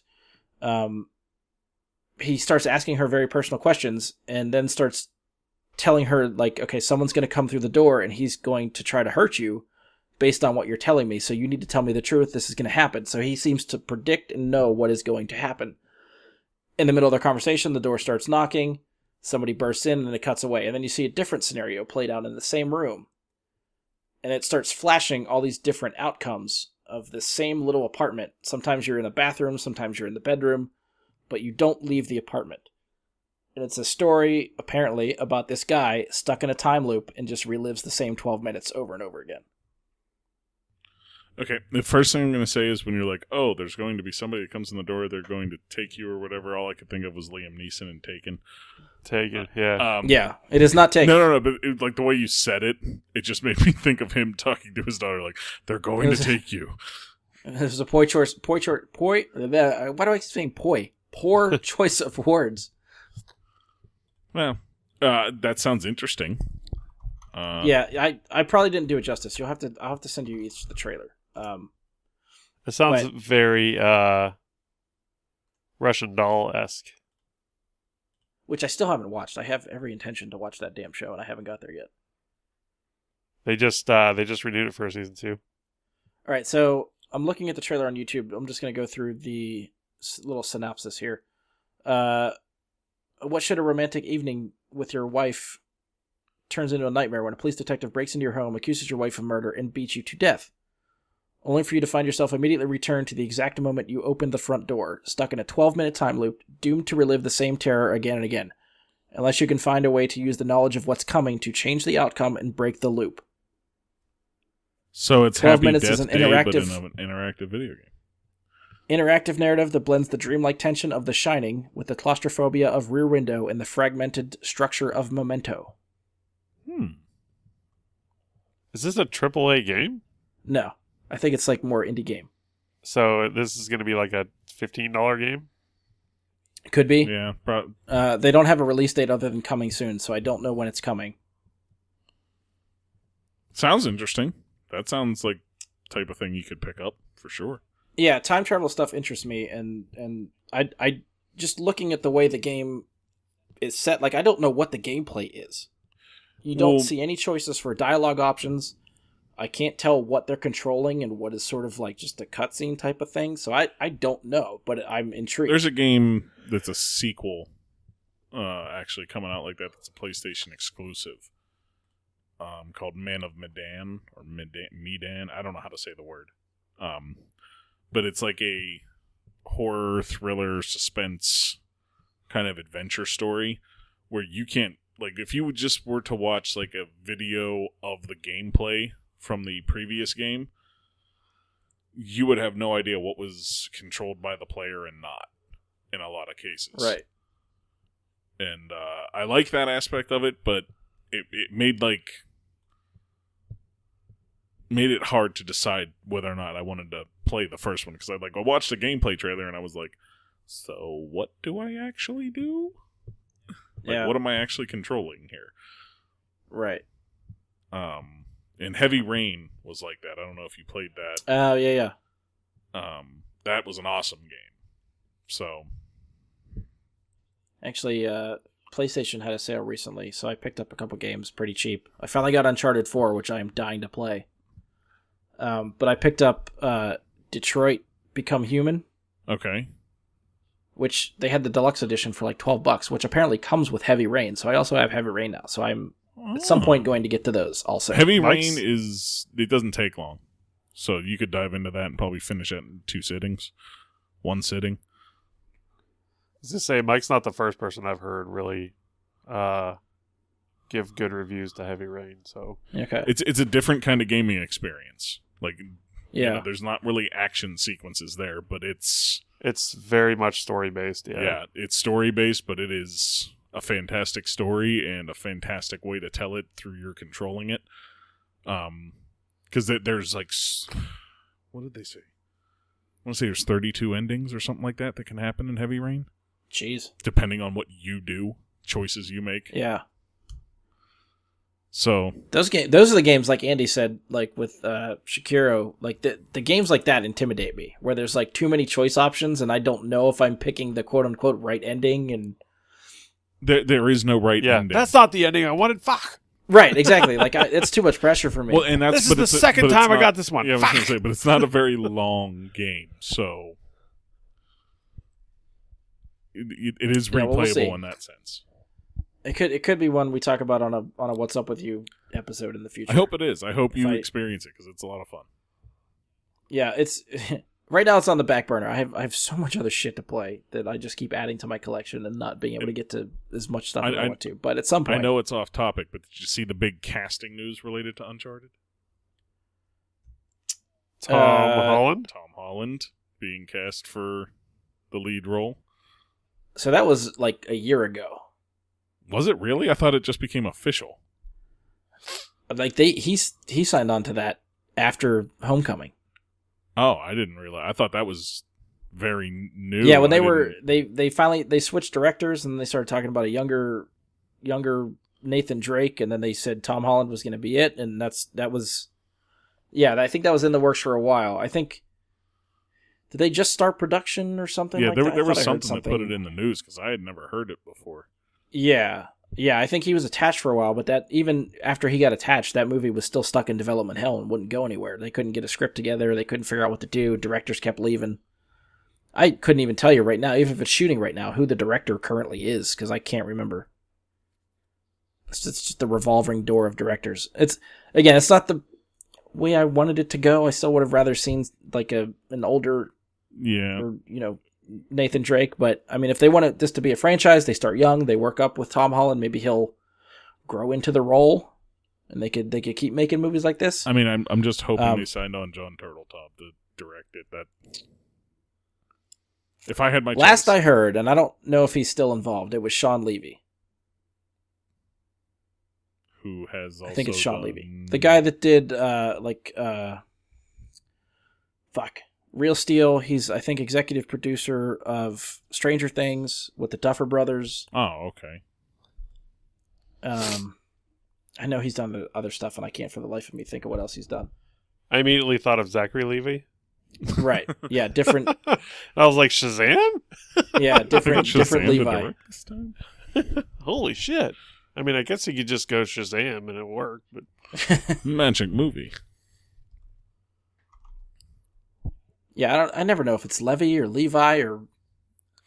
I know Zach is Levi, but Sean, I don't know if it's Levi or Levi or.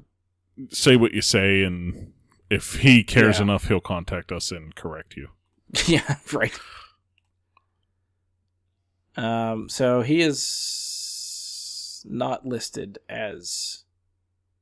Trying to IMDb it real quick. He is not listed as the Uncharted director anymore, so they must have somebody else. Please be John Turteltaub. But he did. Sean Levy did the Night at the Museum game movies. It looks like. Okay. So they have a fun type of adventure game feel to it. Date Night, Real Steel, The Internship. He directed at least 6 episodes of Stranger Things. I know he's listed as producer too. Okay. So a terrible resume. I think he's more producer than director, and I think a lot of the stuff he produces is more in line with what I'd expect for that. I'll have to try to Google who the director currently is at some point. But okay, we're getting sidetracked. Back to sorry, it's my fault. My bad. No, you're good. So yeah, the 12 minutes thing, that was the last thing I had for Microsoft. So if you guys have nothing else, we'll move on to Bethesda. Sure. And I was telling these guys before the show, I watched Bethesda's thing, but I don't play a lot of their games, so I really didn't make a lot of notes on what to talk about for Bethesda, so I'm kind of leaving it up to these guys for whatever they want to talk about. So whatever caught your guys' attention for Bethesda. I defer to Andy. He's the one that's on ESO all the time, so... Yeah, I play Elder Scrolls Online a lot, and they are doing something this year called the Season of the Dragon, which started with Wrathstone DLC, which is a couple of dungeons, a couple of newer dungeons, and then just the big DLC is Elsewhere, a whole new zone. It's the Khajiit homeland, which are the cat-like people. There's dragons attacking, and you can actually fight dragons again in Elder Scrolls, and how long the game's been active. This is the first time that you actually can fight a dragon in Elder Scrolls Online. Oh, okay. And I didn't really read a lot of what's happening as far as what they announced at E3, but I think it's another dungeon called the Scale Breaker DLC, which I'm assuming are going to be a couple more dungeons and new bosses, new sets to get for your characters and whatnot. Elsewhere also introduced a new class to ESO, which everyone was really psyched about, the Necromancer class. So, I mean, Necromancers usually bring a lot of people to the yard for some reason. Like your milkshake. Yeah. It's better than yours. Get out of here. Touche. I know they announced some sort of DLC for Fallout 76. I didn't pay attention because that game blows. Why?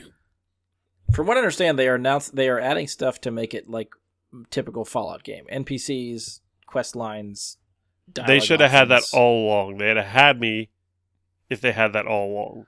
Yeah, which I think is a lot of people's complaints, and they're trying to win back the fan base. So I think they're trying to. They I think lost they're it throwing already money now. at a dead horse. Yeah, they really are. Yeah, so they're trying to bring that all back around, but the other thing they announced was Doom. I think it's Doom Eternal. Yeah, that's what's called. Yes. Yeah. Yeah, I didn't really watch much of that, but it looks hellish. Oh my god. Did you watch that one? I can gush about Doom Eternal for a long time. I love the last Doom game. Doom Eternal looks like more of the same, but they're adding in all kinds of new cool shit. You're getting a sword, like a hell flame. I don't even know how to describe it. It's called the Crucible. And it is just a badass fucking sword you're going to be slicing shit up with, too. There's a few new enemy types that you can see in the trailer. There's one in particular, I think, that they're just starting to name a couple of them that you see. I want to say they put out today a picture naming one the Sidewinder. Has it's like a demon torso, but with like a, I don't know, a spear whip kind of tail. Like it's like a snake-like spear tail sort of thing. It's fucking badass looking. And that's pretty much just Doom. Is like, it's fucking badass looking. And then it's just roaming around blasting demons in the face. Blowing shit up. Now, do the new Dooms have any multiplayer to them? Yes. There is PvP, and there's also what is trying to remember what they call it. It's been a while, but basically there's a level creation mechanic. Oh, okay. I've spent hours playing user-created levels. You can go online and browse, and there's hundreds of them. And people create these, and they can create their own objectives within it, their own key cards, determine the enemy types, the difficulty levels, all that. And it's amazing what they're able to do with this content. Because they just put it in the hands of the users, and they said, sure, make levels. Why not? Here's the tools. If you're capable of doing it, go for it. And it just extended the life of the last Doom so much further than the base game could ever do. Now, this is the second Bethesda held Doom game? I think it's Yeah, third, they had right? Doom 3 for Xbox. Like, OG Xbox. They were with them for that, too. And then the two next generation consoles. Yes. Or new generation consoles. And the one thing I'll tell you, it may draw you guys in, I don't know, to at least try out this one. In the last one, in PvP modes, there was a relic you could pick up that turned you into your choice of demon. So you could run around as a cacodemon or any of them. Like, once you unlock that demon or picked up that type of thing, you could go around and fuck shit up for like a minute and a half or 2 minutes or whatever it was as that demon. That's cool. It was awesome. Like, that was just one of the coolest things ever that they could put into a PvP mode. The previous iteration of this game was just on Game Pass. Is it still, or? I have no idea. The games that you buy that you currently own don't show up. And I bought that like day one launch, so okay, it's worth a play. It's probably absolutely cheap. If it's not on Game Pass, it's probably like maybe $25 or something. Given that they're trying to push the new one, like usually when games go on Game Pass, they stay there for a long time. So if you saw it there, it's probably still there. And the only thing I would caution with it is a huge file. For a game that size, it's something like 80 gigs. Okay. Which I only have one other game that takes up that much space, and that's like Destiny with all of its expansions. Pretty good campaign, or would you have had to have played any of the old Dooms? The campaign's amazing. Like, if you like fast-paced shooters, this is not something where you hide and heal. You have to pick up health packs to heal. You have to run around and kill shit. Like, it's fast-paced, in-your-face action. And if you're playing, get the Gauss cannon and just fuck shit up. Once you find that gun, that and the double barrel shotgun. It just that's all I would use. Do they still have the BFG? Yeah, it's there. Of course, it's there. It's just they limit the ammo for it because it's obviously it fucks shit up on a royal level, right? But so Andy, you haven't played this game? You haven't played Doom? I mean, I played like the original fucking Doom, and I got Doom 3 for my computer, but I had a bug on it. I couldn't get past the second fucking level, and they never patched the damn thing, and I just quit playing it. That was buggy for Xbox too. That was really poorly. Like, the game itself was fun, but it just wasn't well programmed. I remember loving the graphics, and the gameplay was awesome, and I was like, "This is a great game. I'm glad I bought it."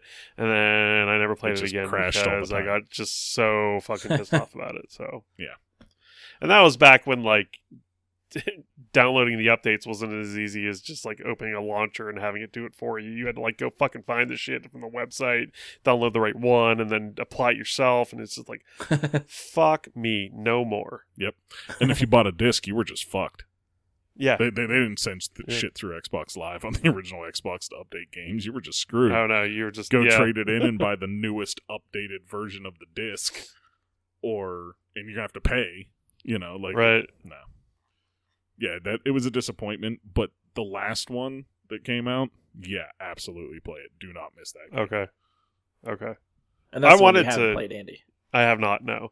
Okay. But I remember thinking when I was playing Graveyard Keeper, was like my next game on Game Pass is going to be Doom, and then my free subscription lapsed, and I was like, yeah, I'm not going to pay for that. So. It with the new thing that he was talking about, once you do that, because it only makes sense to do it. Yeah, I mean, I have like 14 other games I need to play, but yeah, I might do that. Yeah. Nice. I think there were a couple of disappointments with Bethesda's thing because they didn't even touch Starfield or Elder Scrolls 6. Other than to say, we are still working on them. Yes. And that was it. Yep. Yeah, like if I was going to watch Bethesda, I was already sold on Doom Eternal. Like, I was sold on that the minute they said they're making it. Like, okay, just give me more. More Doom, I'm happy. Elder Scrolls 6, I want to know what they're thinking, what they're going, where we're going to, like, is this going to be on the Scarlet? Is it going to be next gen? When are we getting it? Yeah. I keep hearing the zone they're going for is High Rock. Is that the High Elves? No, it's more like Orsinium and orcs and stuff. Oh, okay. Gotcha. Interesting. That's the rumor. They have not,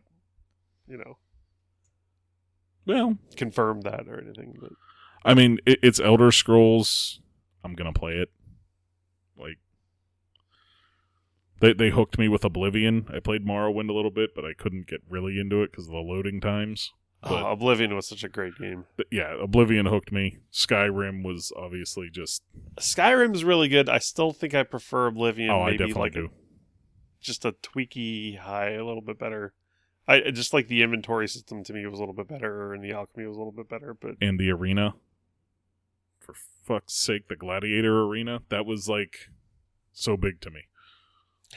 Like, I love that. Like, I don't know. Maybe, like, I'm weird and I like that kind of thing, but I love that. No comment. yeah, Brian really doesn't do anything with Bethesda at all. So Yeah, like I know of Fallout and Doom and stuff like that. I don't know. And they've interested me where I've wanted to play them, but a lot of them feel like such a big time investment that I know I have other stuff to play. Time investments, yes. Well, Doom So is the not fact- a time investment, but Elder Scrolls and Fallout are. No.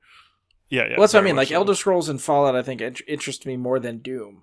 And I know I've held off on them because of just the time commitment. I know that's involved with them. That there's just way too much other shit to play. Yeah, Yeah. I mean, Oblivion or Skyrim, you're talking 40 to 80 hours on the campaign. Yeah. Easy.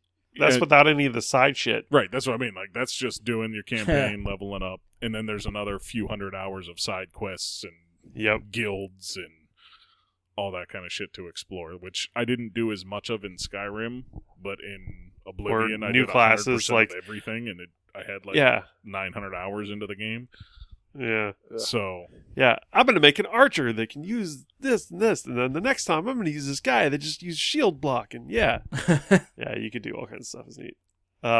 You might be interested in Starfield, though, because I know that you really liked, what were those games? The N7 games. What the hell were those?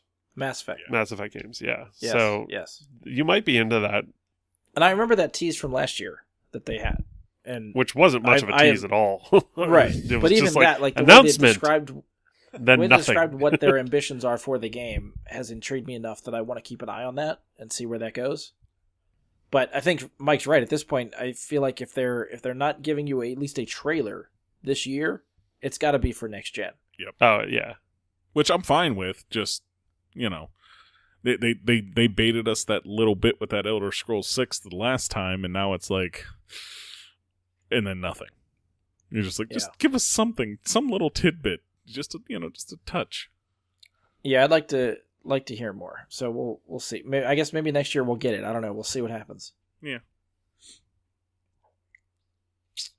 Anything else? I think that's it. I think that was it for Bethesda. Yeah. Mm-hmm. Okay.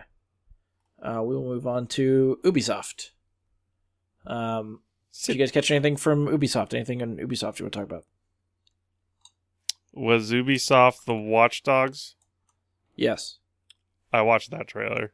Yeah, that Yes. trailer, I think, again, you and I talked about this, and after my mistrust of their handling of the first Watch Dogs, I was skeptical. I watched this trailer, and I was very impressed. This was a full-on gameplay trailer. It didn't look doctored or enhanced the way the last one did, which is a plus, you know. But the old lady kicking the shit out of things was fucking awesome. I love how she just walked up behind that guy, like tapped him on the shoulder. Blam! Yeah. Like, that to me, like, this could be like one of the first action or like live action type games like that where you get to play as an old lady that kicks ass. I can't recall that ever happening. So this whole mechanic sounds ambitious as hell It to me. really, really does.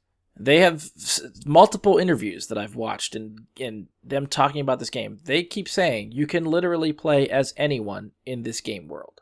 And I heard that the deaths are permanent. Yes. Yes. So if you die, that That just character's gone. yeah. yeah, Yeah. you cannot bring them back. You can't restore a save. Well, maybe you can restore a save, but I mean, Like, on judging PC, you from can some of always the- restore a save. yeah, Judging, I mean, from some of the gameplay stuff that they showed, like of your team, it looks like you have 20 slots to recruit people. So if you fill up your 20, you probably can't get anybody else. But if you use one of those people and they die, that opens up a spot on your team, and you can try to recruit somebody. So yeah, the whole thing is like everybody. It has to be like procedurally generated or something like that. Like there's no way I feel like they can script all this stuff for every single NPC that you're going to encounter in the game. So I'm thinking it more like No Man's Sky, where Okay. No Man's Sky procedurally generates planets and resources and wildlife and whatever Yep. else you land Yep. on. This is basically trying to do the same thing for NPCs and people in the world. yeah. Which, again, I've never heard of a game try to It's do that. ambitious. I That is- recently picked up No Man's Sky for PS4 and have been playing it a little bit. And I really like it. I've heard it came around a lot since launch. Yeah, I'm having a blast with it. I just haven't had a chance to play it a lot lately. Yeah. Yeah, I really, even after all the hype of surrounding the first Watch Dogs, first Watch Dogs was one of the first games I got for Xbox One. And I still really enjoyed myself. The hacking mechanic I thought was really well done. Even if it didn't look as well as some of the cutscenes and gameplay they showed previously, I still felt like it was a really solid game and something that I hadn't really played before. Just your choice of how you attack a situation, whether you use stealth and just hack everything and sneak your way in, or you could still go in guns blazing and try to kill everybody, just like most games. The driving needed work. Driving felt weird. So I don't know if they fixed any of that since the second. I never played the second one. But the stuff they showed for this one definitely has me intrigued, and I definitely want to check it out this time. Yeah, I mean, the only other note I made about this game is that the gameplay we see of the girl in, like, near the last third of the trailer, it has a very John Wick feel to the combat. I feel like a lot of it was designed a little bit that way. It could. And it could just, a lot of it, they seem like it's based on the characters you play as. Like, she might have some sort of specialization in that area. She might be a better firearms person. Right, that's what I mean. It just seemed like that mid-melee combat, pop to the face with a gun kind of thing that you would get with John Wick in the first movie.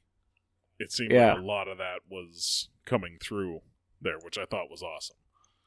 Yeah, if that's the inspiration they're pulling from, even more so sold. I'm curious to see how intricate it is to recruit somebody. I mean, I don't know if you have to go on a whole bunch of missions for them, or you have to do them a favor, or you just walk up to them and be like, you're mine. They made it seem like everybody sort of has an origin story or needs help with something. So in order to, I guess the organization you represent is DedSec, the hackers. So everybody either has a problem with DedSec or needs a favor from DedSec, or has a reason to, or maybe it's like the authoritative state, whoever's oppressing London at the time. Right. Everybody sort of has a reason to hate them, so you just have to find that reason and either exploit it or help these people to bring them, try to win them over to your cause. And if you do some sort of a mission... So I think the gameplay that they've showed was basically how you win over the one guy that they tagged that's like, oh, this would be a good fit for our team. We need his specialization. And then the mission plays out as his sort of origin story where you have to rescue him and then recruit him to your team. And by the end of the gameplay and the cutscene and stuff, that he is part of the team. And that's the other thing that they've said too, based on whatever character you choose at a certain time, the cutscenes change depending on who you play as. I find it hard to believe that they're going to be procedurally generated then, if that's the case, because that would be really hard to do, wouldn't it? Yeah, but I think that's still the other... possible. I can draw, I know I talk about Destiny a lot, but Destiny's able to put your own customized character into their cutscenes. So you have your own customized character wearing your own custom armor, wearing with your own customized face. Which is fine, but the Destiny character doesn't talk for a lot of the game, and 2, when they do, they have 3 or 4 maybe different voices. I think in Destiny 2, our character has said one line, and before that, the last time our Destiny character talked was in the vanilla Destiny 1. They just stopped having. So I mean, them like talk. having the cutscene fill in as a custom character is one thing. I think giving that character, whoever you were playing as, custom dialogue for each, like the amount of people that are in that world, and if you're saying each person has if they've somehow recorded dialogue for each of those people that then has to fit into a cutscene based on when you're playing them in the game. I feel like, as with any game, you would run into people that have the same voice actor, of course, doing the same lines and the same thing for several of the NPCs in the world. Yeah, I mean, there has to be some overlap. It can't be all unique. Right. But the amount of variation I think that has to be in there, even if you say you have 20 people on your team, and there's 20 different variations for a cutscene or dialogue options or something like that. It's a lot. Yeah, but I mean, like, that, I don't know, just the amount of variables in there to think that, like, you know, everybody sort of has it. Like, what if you seem to gravitate towards the same type of character and you're recruiting this, like, different characters with the same type of specializations and stuff like that, but each character, like, man, woman, black, white, like, whatever, I don't know. I feel like the dialogue options and stuff feel exponential to me. Well, that's what I was going to say, is I feel like they may be promising more than they can actually deliver. And that's why I feel like it's very ambitious, and I'm curious to see if they pull this off. If they pull this off, this is fucking amazing. Right. Also, it seems very open worldy to me. It doesn't seem like there's any real direction to how the story's supposed to go. It really just seems like, hey, there's robot overlords, and you can recruit everybody. Go to it. Have fun. I think that's a lot of it. To be honest, yeah. From what we saw, the open world looks huge. It does. So, because it seemed like when you look into the distance, you can go to all those places you can see. It seemed that way. I don't know if they promised that or not, but it looked that way when you're seeing it.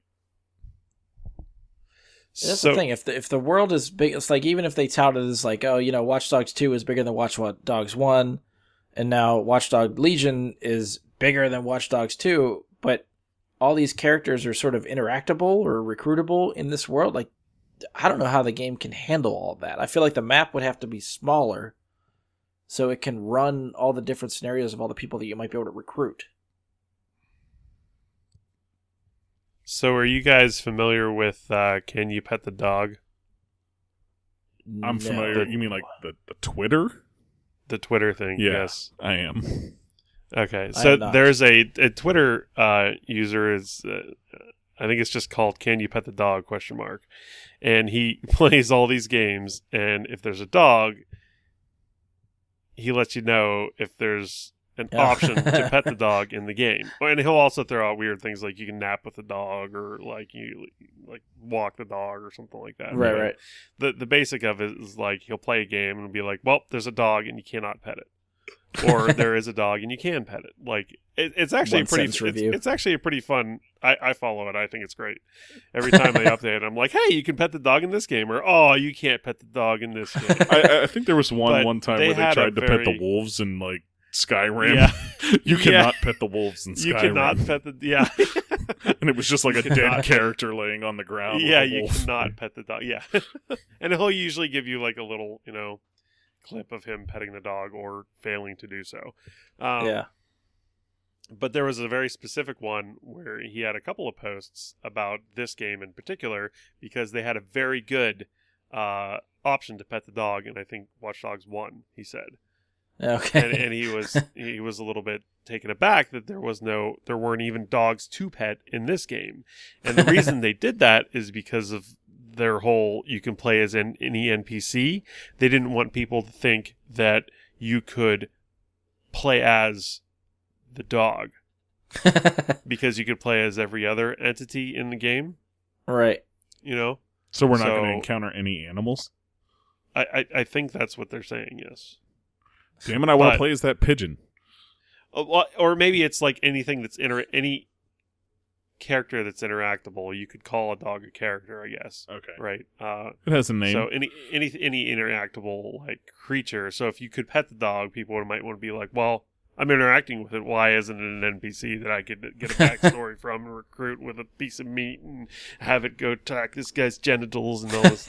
So because the internet is full of douchebags who would say shit like that, we have to not be able to pet the dog in this game. Right. Bastards. It was just interesting to read his little snippet about, how, these kinds of decisions go into these types of things. Because it seemed like the one of the guys that worked on the game was a little bit disappointed that you weren't able to pet the dog either. But he's like, but we couldn't really put it in there because these reasons. And then the guy who ran the Twitter page was like, yeah, wow, valid, cool. Yeah. Interesting. So I mean, just from your guys' perspective, do you guys plan on playing or trying Watch Dogs Legion? I didn't play either of the first two. I probably won't play this. I was gonna say, I don't think you're reliant on playing the first two to play this. Oh, I know, but if that's what you're okay. Yeah, a lot of the case with this, did they announce a release date?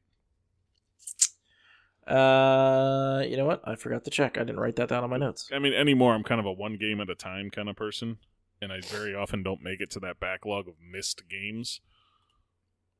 And it depends a lot on, like, if it was coming out at the same time as Cyberpunk, no, I'm not going to play this game. March, it's a month before. Yeah, March I'm not going 6th, to play this game. 2020. I will watch videos of people playing it and find it cool, but it seems like a game that would deserve more than a month. And with Cyberpunk coming out in April... that is going to be tough. And here I was thinking April's a good release date, because I'm thinking, like, nothing ever releases around that time. It'll be fine. Well, and that was one of my concerns with Cyberpunk was, is it going to get pushed back? Like, when they release a date this far out, I worry about it. It's already been pushed a couple times, I thought. And that's what I mean. That's why I'm concerned, is, like, how much can I rely on that date to be accurate this time? So, I hope so. I hope it's coming, and we don't get, like, holiday 2020. At this point, we'll just have to wait and see. Anything else from Ubisoft for you guys? I don't think so. Just Dance? Fuck no. That's a game, or were you a request? No, just the game. Just Dance. No. I know nothing about such a game. Is Ubi the one that was supposed to do the Skull and Crossbones? Yes, which I thought we were going to hear about, and we didn't hear about at all. Right. They don't even have a release date for that yet. We got that at the last E3, and we still don't have anything. I almost feel like it was 2 years ago. I think you might actually be right. Because I think they showed more combat. They did show more combat last year, but we still haven't heard anything. I haven't heard anything. Yeah. I'm still kind of like, ixnaying Sea of Thieves, so I'm looking for my pirate fix. Yeah. Yeah, I mean, if they can bring what they brought to Assassin's Creed 4 to a pirate-themed game, sign me up. Yeah, I heard that the mechanics for the pirating in Black Flag were awesome, so...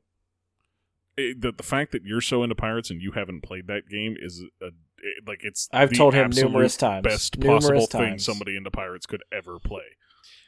I don't know. Kidding you. The original Sid Meier's Pirates is pretty fucking fantastic. Well, play Black Flag. Okay. Well, Emily does have it, so I could probably just pop it in and play it. So. Oh, there you go. Yes, do that. Yes. It's present with the pirate fan, and he doesn't play it. Man.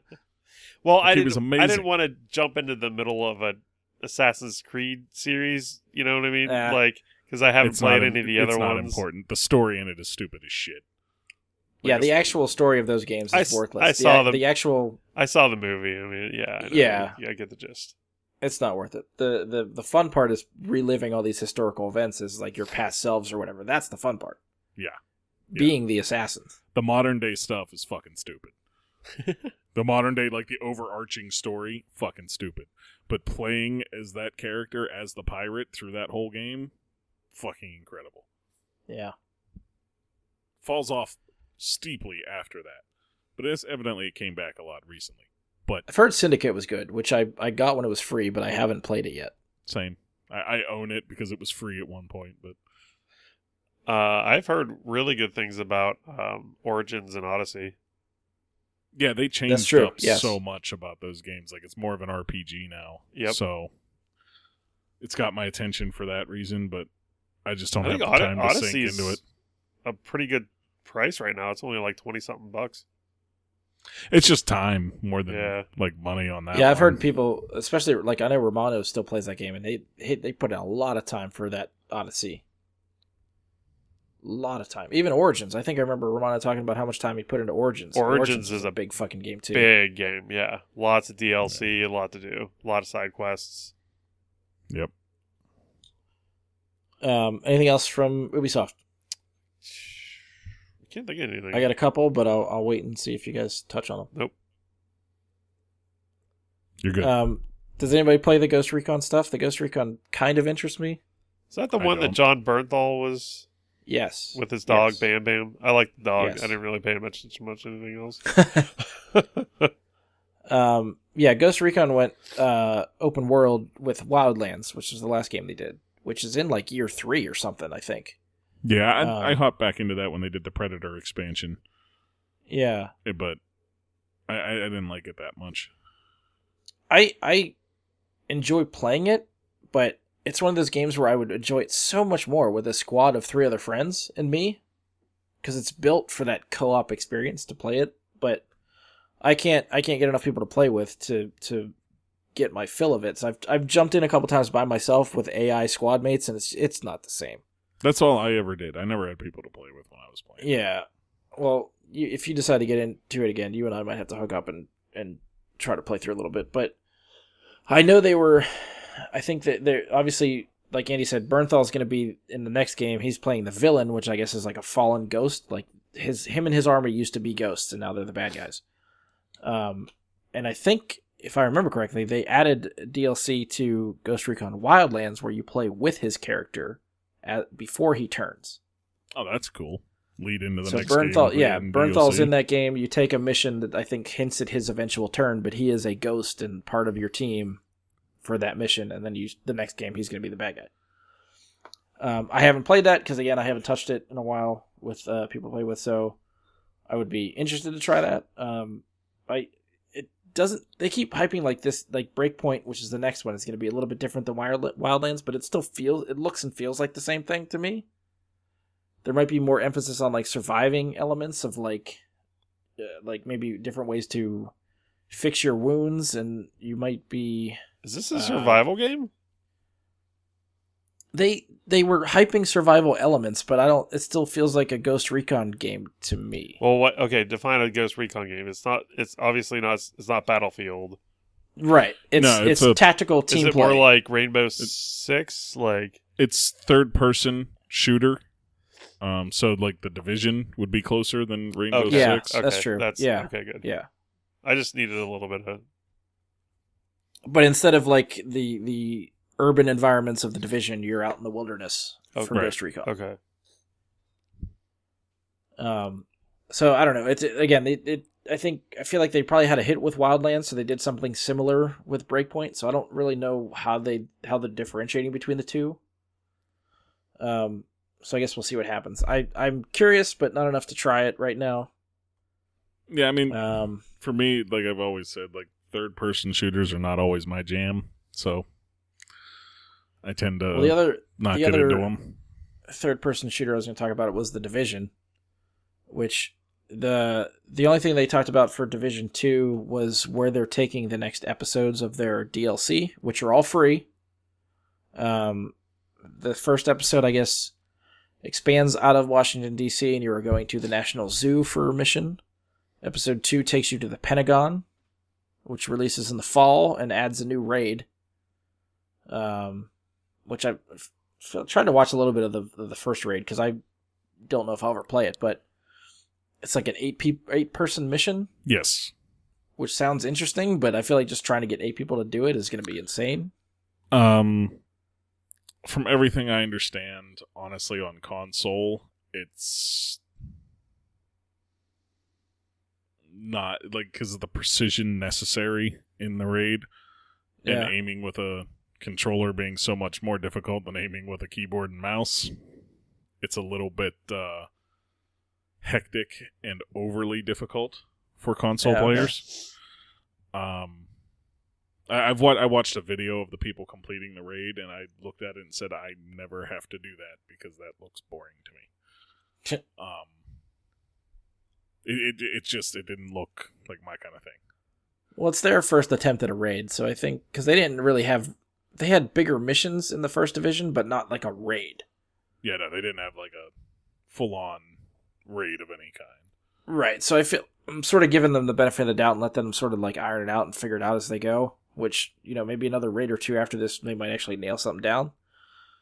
The third episode that they teased is sometime early 2020, and that seems like it teases a return to New York, which was the setting of the first division. So that kind of interests me. Like I do really like this game. Division 2 I think is really solid. I think they improved on a lot of stuff from Division 1.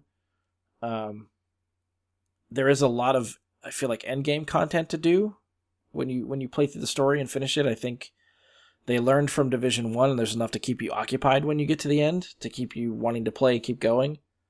Some between this and Destiny, these are the two games that I keep coming back to that suck up a lot of my time.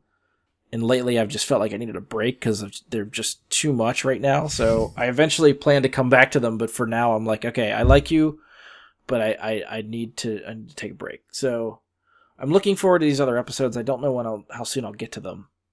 But yeah, I don't want to make it sound like I hate the game, but I do really like it. And so anyone that's thinking about it, I do think it's worth trying. You touched on Destiny, since I'll just play off of that and say that they made some huge announcements about the game just prior to E3. Yeah, which I almost feel like is its own show because they talked about some big stuff. Yeah. So I don't know if you can keep it short, but try to keep it short. Just very briefly, it's going free to play. There's going to be a new system called New Light, where any player that has not purchased the game will be able to play basically the entire year one version of the game. Destiny 2 for or Destiny free. 1? Destiny 2. Okay. All of year one will be free to play. New DLC when they do it. Shadowkeep is coming. And after Shadowkeep, there will be another season pass, but you will not have to buy the entire season pass to continue playing. Up until this point, to play Destiny, you've had to have every expansion up to the current point to play the newest content. In other words, if you wanted to play the newest DLC, you had to have every other previous DLC. Not anymore. They're doing it a la carte. So if you want to buy Season 10, but you're not going to buy Season 9, that's perfectly fine. You won't have any problem with that now. That's going to let you choose, what content you want to focus on. I think that's a big deal. They're doing cross-save, which is massive, and that's all, like Brian said, that's a whole discussion for itself. Yeah. Cross-save is so huge because it's the first step towards cross-play, which hopefully coming soon. I want to be known, I was texting Andy about this too, and I was trying to hype him and bring him over. I said they're doing cross-saves. Destiny's going to be free. You can download the game for Xbox for free, bring over your character from PS4, and join us in Destiny. Precisely. He turned me down. Well, they're also releasing the new year, Forsaken, and all of the content they released in this last year is also going to be $30. As of right now, it's $30 to get all of that. And then going forward, they have all these plans. Shadowkeep, the content looks amazing.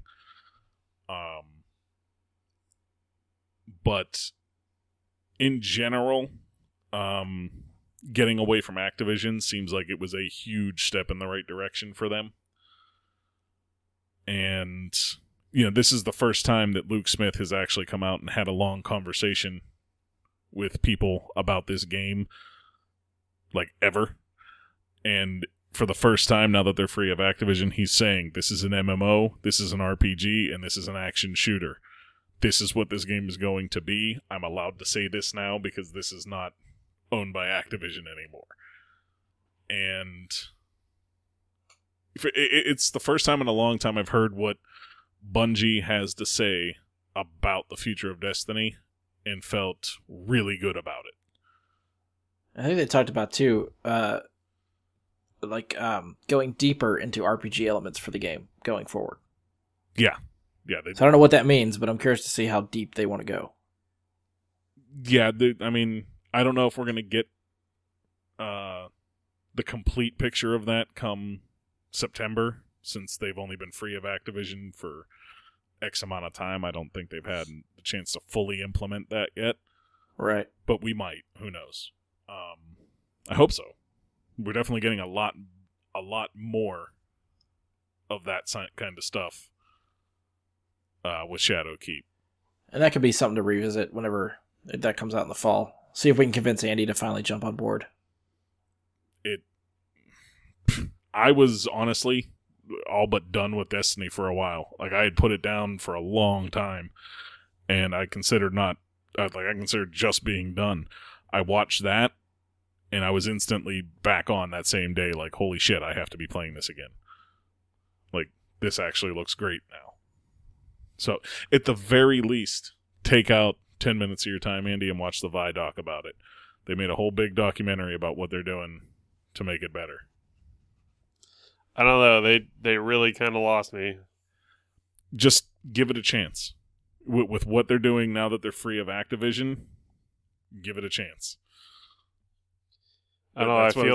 I feel like it's burned me before.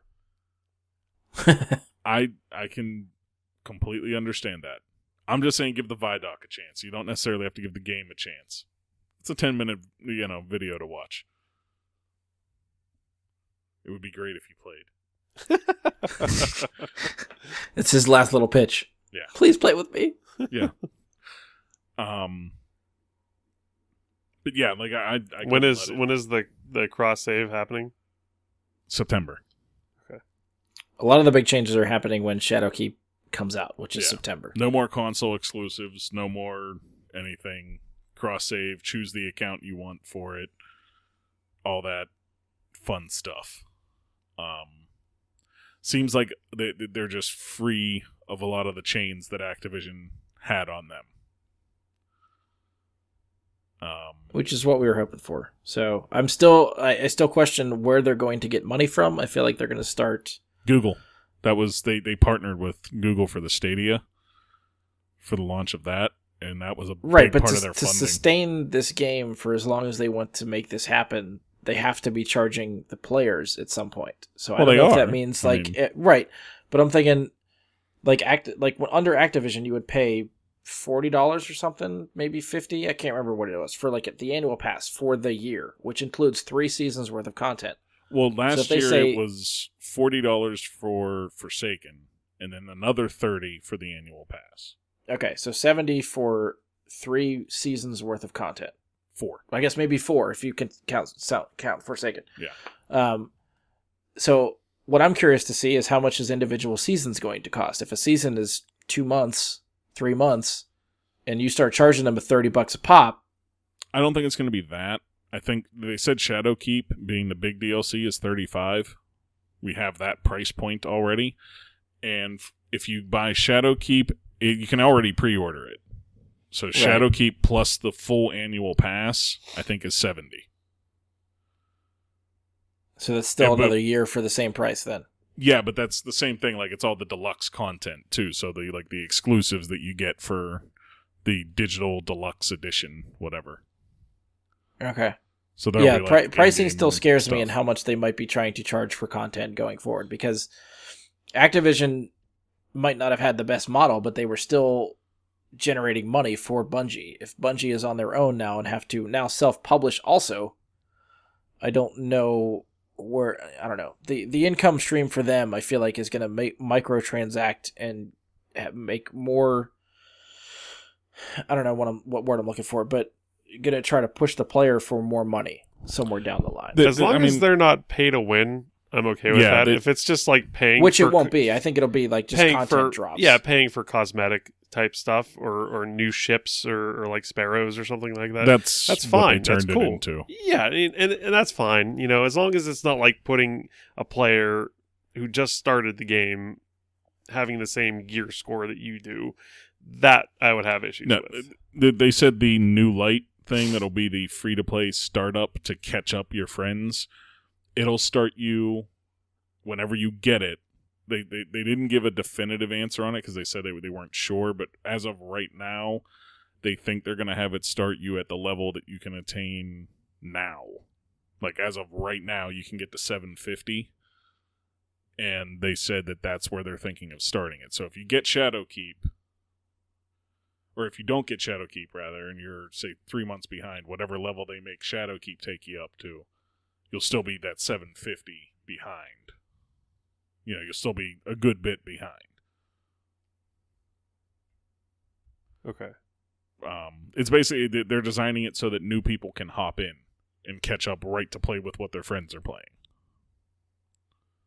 Which I understand, because it feels overwhelming now with 10 batches of content or whatever's out there to feel like you have to get all that stuff bundled together. And which bundle do I need to get to play what content with what people? And it'd take you 40 hours of playing to catch up to where I'm at so you could play with me if you were starting fresh.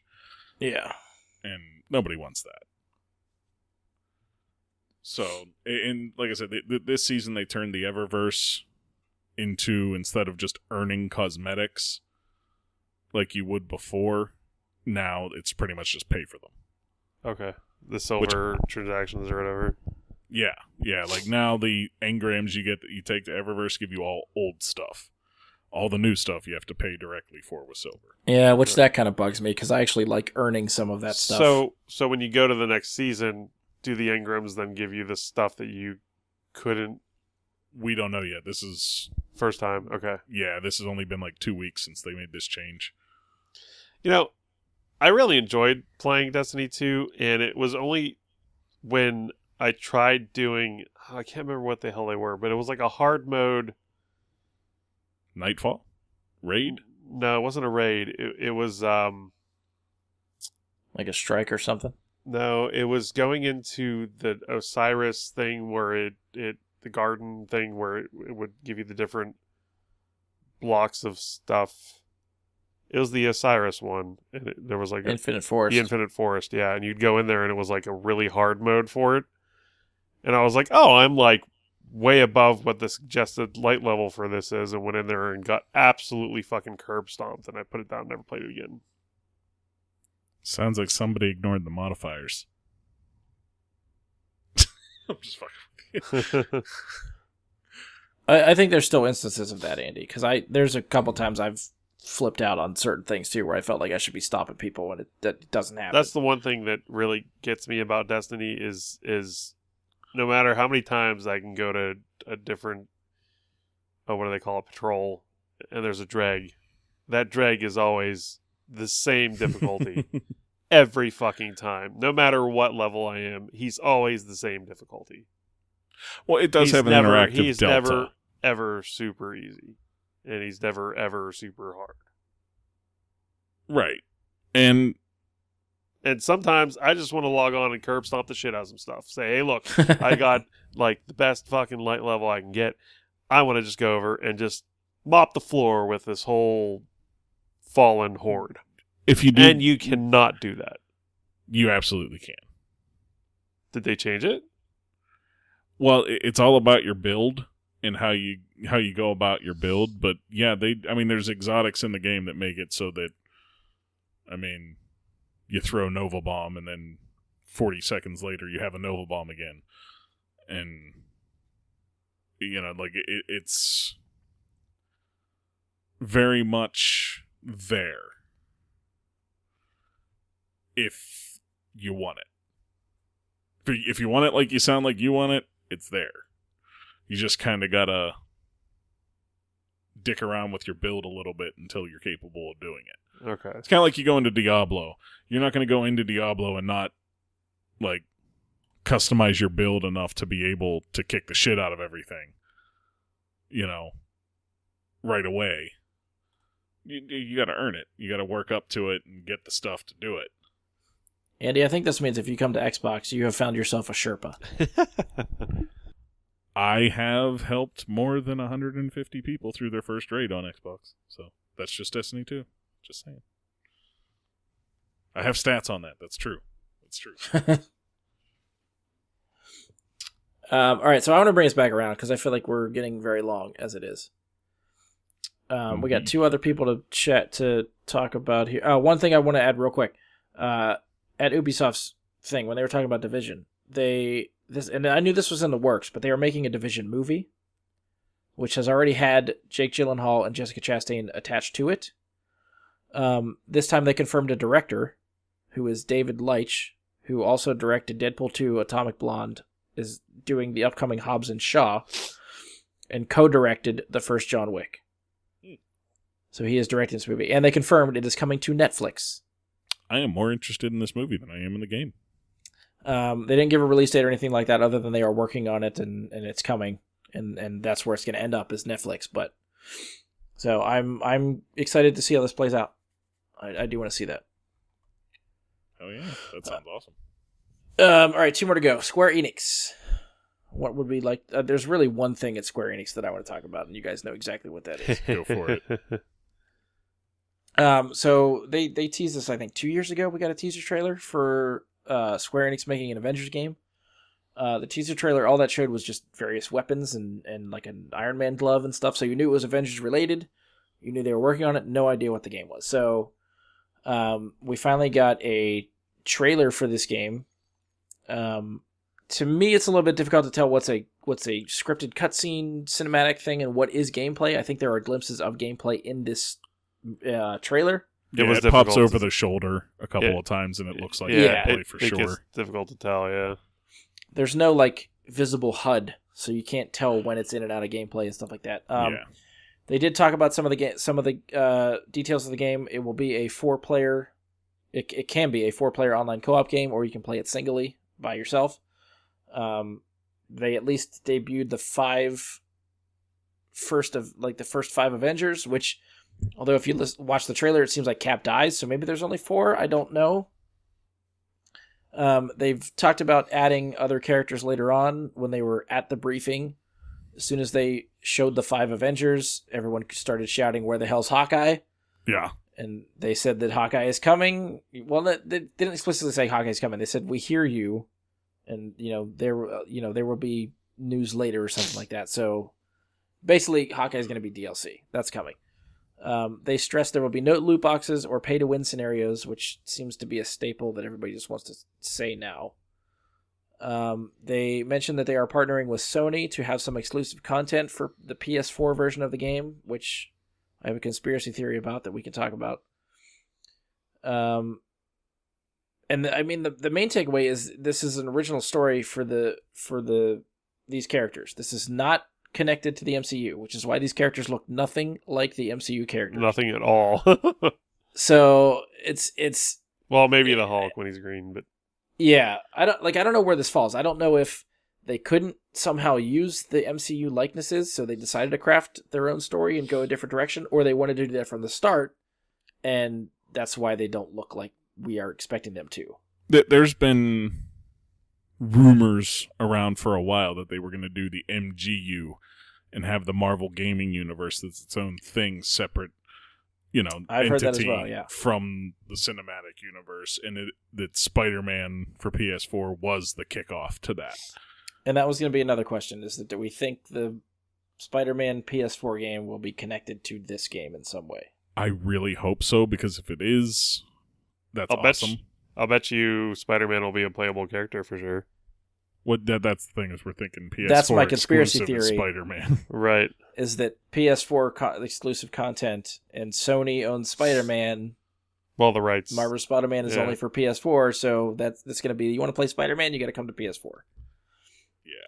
And I'm just crossing my fingers that if that happens, that crossplay is a thing by then, and I can get the PS4 version to play as Spider-Man and play with my friends on Xbox, thanks to crossplay. But I think that might be a pipe dream.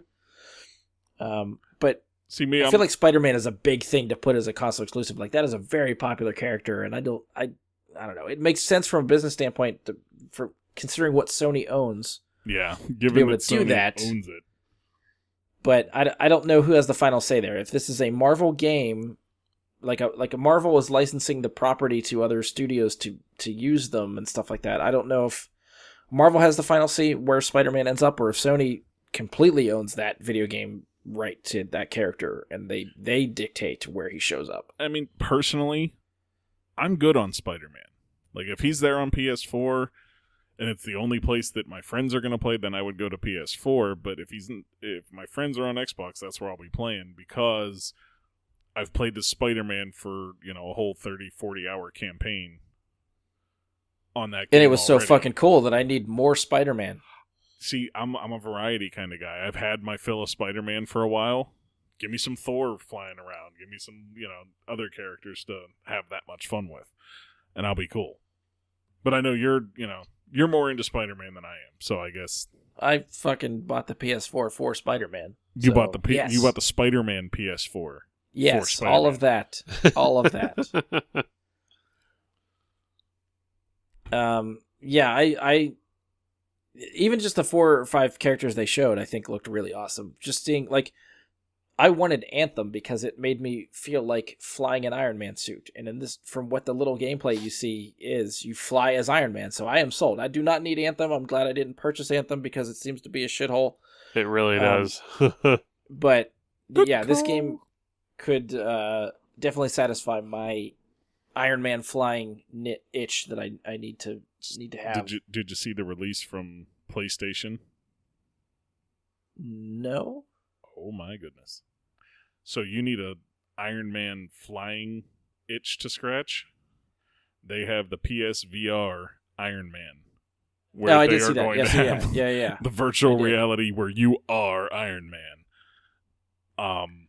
Boy, I have never been more tempted to buy a VR headset than I was when they were like, look, you move your hands and you fly like Iron Man, and you fly because of where you move. I'm like, oh my god. And that kind of looks cool, but I don't know. I like the third person aspect of it, of seeing Iron Man fly. That's specifically what I want. I don't know if Okay. I have to be Iron Man, like in the suit. I mean, I'd want to try it for sure, but Yeah, that's kind just of, from a video game standpoint, I think what this trailer showed me is what I want. yeah, it looks incredible, and I think there's gonna have to be some part of this story where Cap is back quickly, or some Oh, yeah. form, because you can't have an Avengers game where they're like, oh, but you never play as Captain America. Well, yeah, What? they literally talked about him at the show as being a playable character, and then you watch the trailer and it seems like he's dead. So I don't know. Yeah, he definitely comes back in some form or fashion. So we don't really get much in the way of who their enemy is. In the At trailer, the on the very, bridge, they are very fighting end. Taskmaster. Yeah, there's a Taskmaster, but at the very end, you see a giant figure burst through something.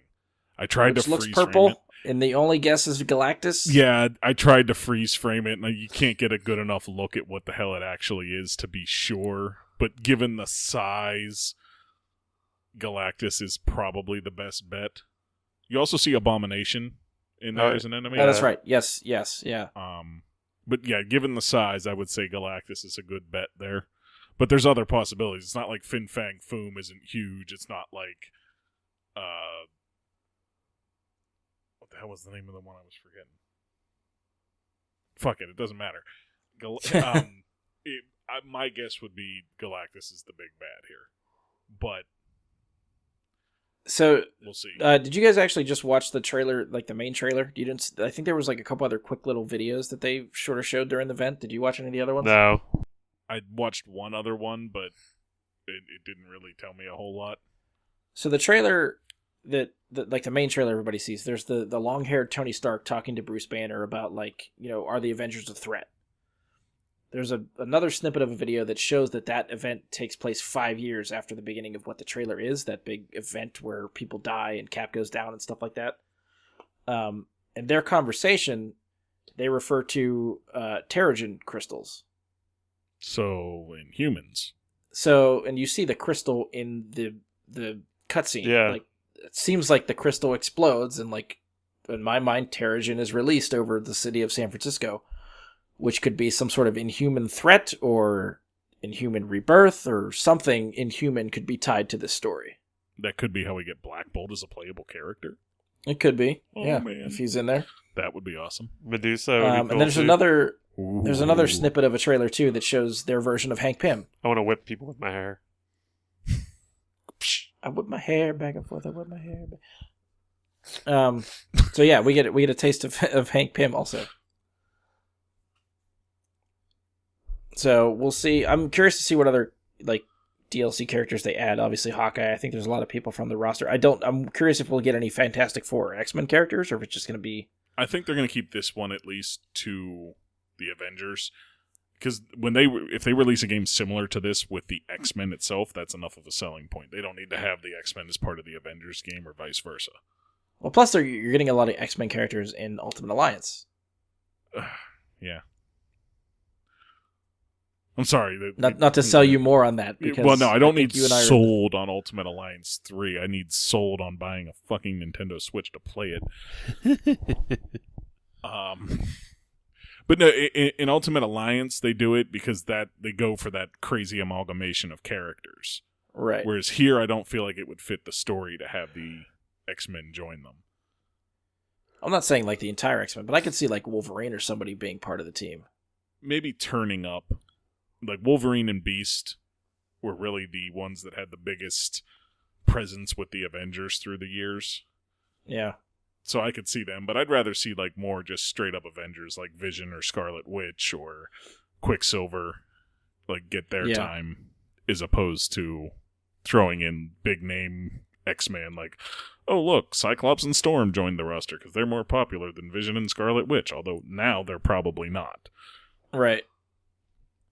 What do you guys think of the way the Avengers look? Because I feel like the internet's giving them a lot of crap for being like they are getting a lot generic version they're getting of a Avengers. lot of flack for her right now.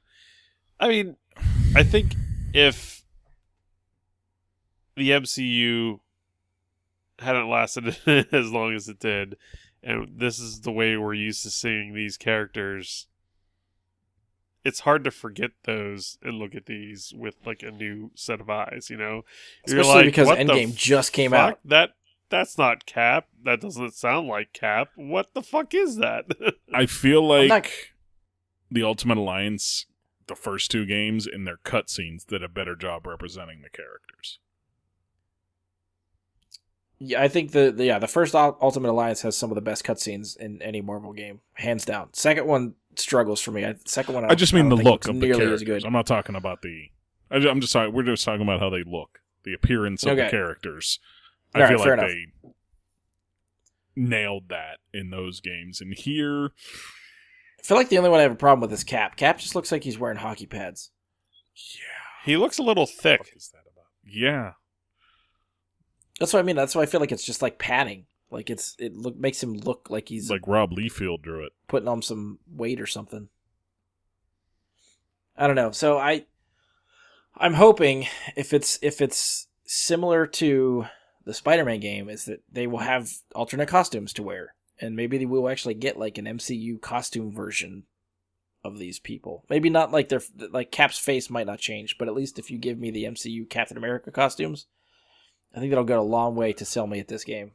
It would be awesome. I'm already thinking of something somebody could do that's ridiculous, but get somebody to like voice over, like dub in MCU like dialogue into the entire game for the characters. Well, I want to be clear. I don't think the voice cast is bad. No, I think the voice cast is actually really good. Yeah, Nolan It's just North the look of the characters looks a little weird. Yeah. It I think it's, like you said, it's jarring, but I'm fine with that.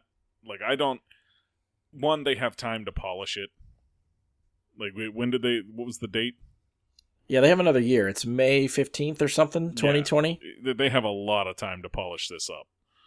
So, I think we'll see a much different final product, perhaps, than what we've seen here, as far as the look of the characters goes. Yeah. Especially given the negative backlash about it. So yeah, I'm very excited about this one. Regardless, I am looking for a solid, especially because like Andy was saying, for as much as we've seen the MCU characters and the Marvel Universe over the last 10 years, I don't know if there's really, Spider-Man aside, that there've been a really good, solid Marvel video game.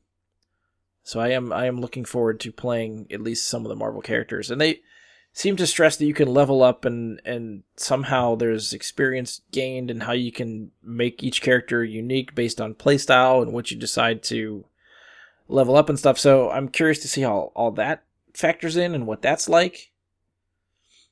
This is very much like a first look, so I'm still anxious for more details to see what else they talk about this game. I like the build of Thor and incinerate everything with electricity. Yeah, that'd be cool. I'd like to see more gameplay to it before I make a decision on whether I'd like to get it or not.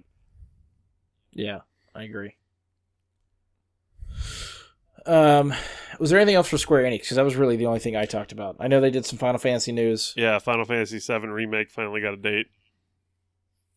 And what is the date? Do you remember? 2020 sometime. Okay. I don't remember the actual date. But as far as I know, it's not going to be turn-based. It's like an action game, kind of like Final Fantasy 15. And I did see that. They're releasing it in chapters as well. Oh, I missed that part. Yeah. Yeah. That's unfortunate. Right. So I most likely won't be playing it because I'm not really interested in a Final Fantasy action game, and you guys know my stance on that. So yeah, if you're going to do a remake, take Capcom's example, and what they did with the Resident Evil 2 remake is so perfect. That's what they should have followed. The same model. Give people the game they love from the past in a shiny new way with new puzzles, new mechanics, but keep the gameplay the same. Right. I know a lot of people like Final Fantasy 15, but I'm not interested in playing an action Final Fantasy game.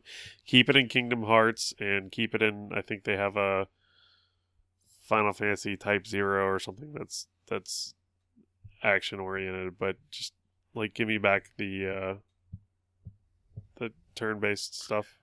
The reason the game was so successful at the time wasn't because they needed to change something about it. Just give us a shiny version of what we had before. Right. Yeah. That's all I have for Square. Oh. Mike, anything else? Did they? Or Andy? I was going to say no. No, nothing else. Okay. Last one, Nintendo.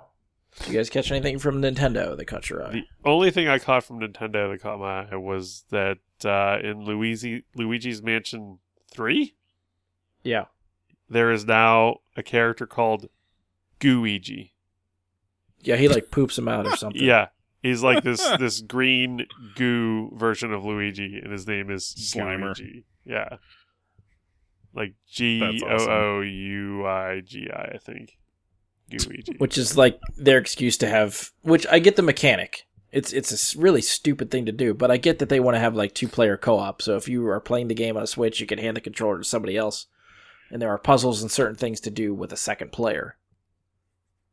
But that name is so stupid, and he looks like a big snot. He does look like a big snot. So when they did Wario, and then they did Waluigi after that. Well, now that there's a Gooigi, doesn't that stand to pass that there's going to be a Waguigi? A Waguigi?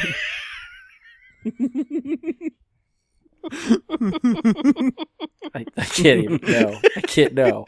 No, Waguigi for the win. Well, wouldn't it be Waguario? One of the stupidest things that's ever been said on this Mario podcast. Version? The Waguario. Waguario. It's just getting worse. We're getting worse. We need to copyright that before Nintendo steals our idea. I don't think Nintendo wants that idea. Gooigi. Do you really think Waluigi and Gooigi exist? I'd hope Nintendo would draw the line at Gooigi and it would be done. They're No, done. Waguigi or nothing. I want the next time there's a freaking Mario Kart, I want to play as Waguigi in my little Slimer mobile. I hope you could just make a custom character. Little balls of snot flown behind me and everything. Waguigi for the win. It's called ectoplasm. Oh, sorry, whatever. Yep. Okay, so that's the thing. I did see for the Luigi's Mansion thing that they are going to have some sort of multiplayer or co-op component to it. They said you could have 8 people play online. Oh, weird. So like 4 Luigis and then 4 Gooigis. Or maybe there's a Luigi, a Waluigi, a Gooigi, a Waguigi, and then 4 enemy counterparts. It's getting worse. It's like I saw the video. There's 4 Gooigis. I'm not making this up. There's no Waguigis. Waguigi's a thing. There's no. Hashtag Waguigi. It's so stupid.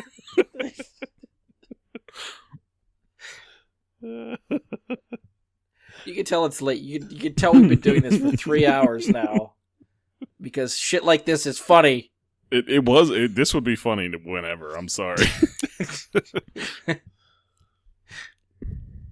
Yeah, that's all I got for Luigi's Mansion. Anything else that's not Waguigi? I didn't see anything from Nintendo, honestly. So I saw they added Banjo and Kazooie to their Super Smash Brothers roster. Oh, I missed that. And I also think that they are adding the hero from the Dragon Quest games from Square Enix to that as well. Oh, okay. But that's really all I heard from Nintendo. I mean, there's a shit ton of people on Smash Brothers, so it's cool that they keep adding players to Right, it. yeah. yeah, that's a deep roster. Couple things that I had seen. They showed a quick teaser for the next Zelda game, I guess, that just confirmed they are making a sequel to Breath of the Wild, which was a no-brainer.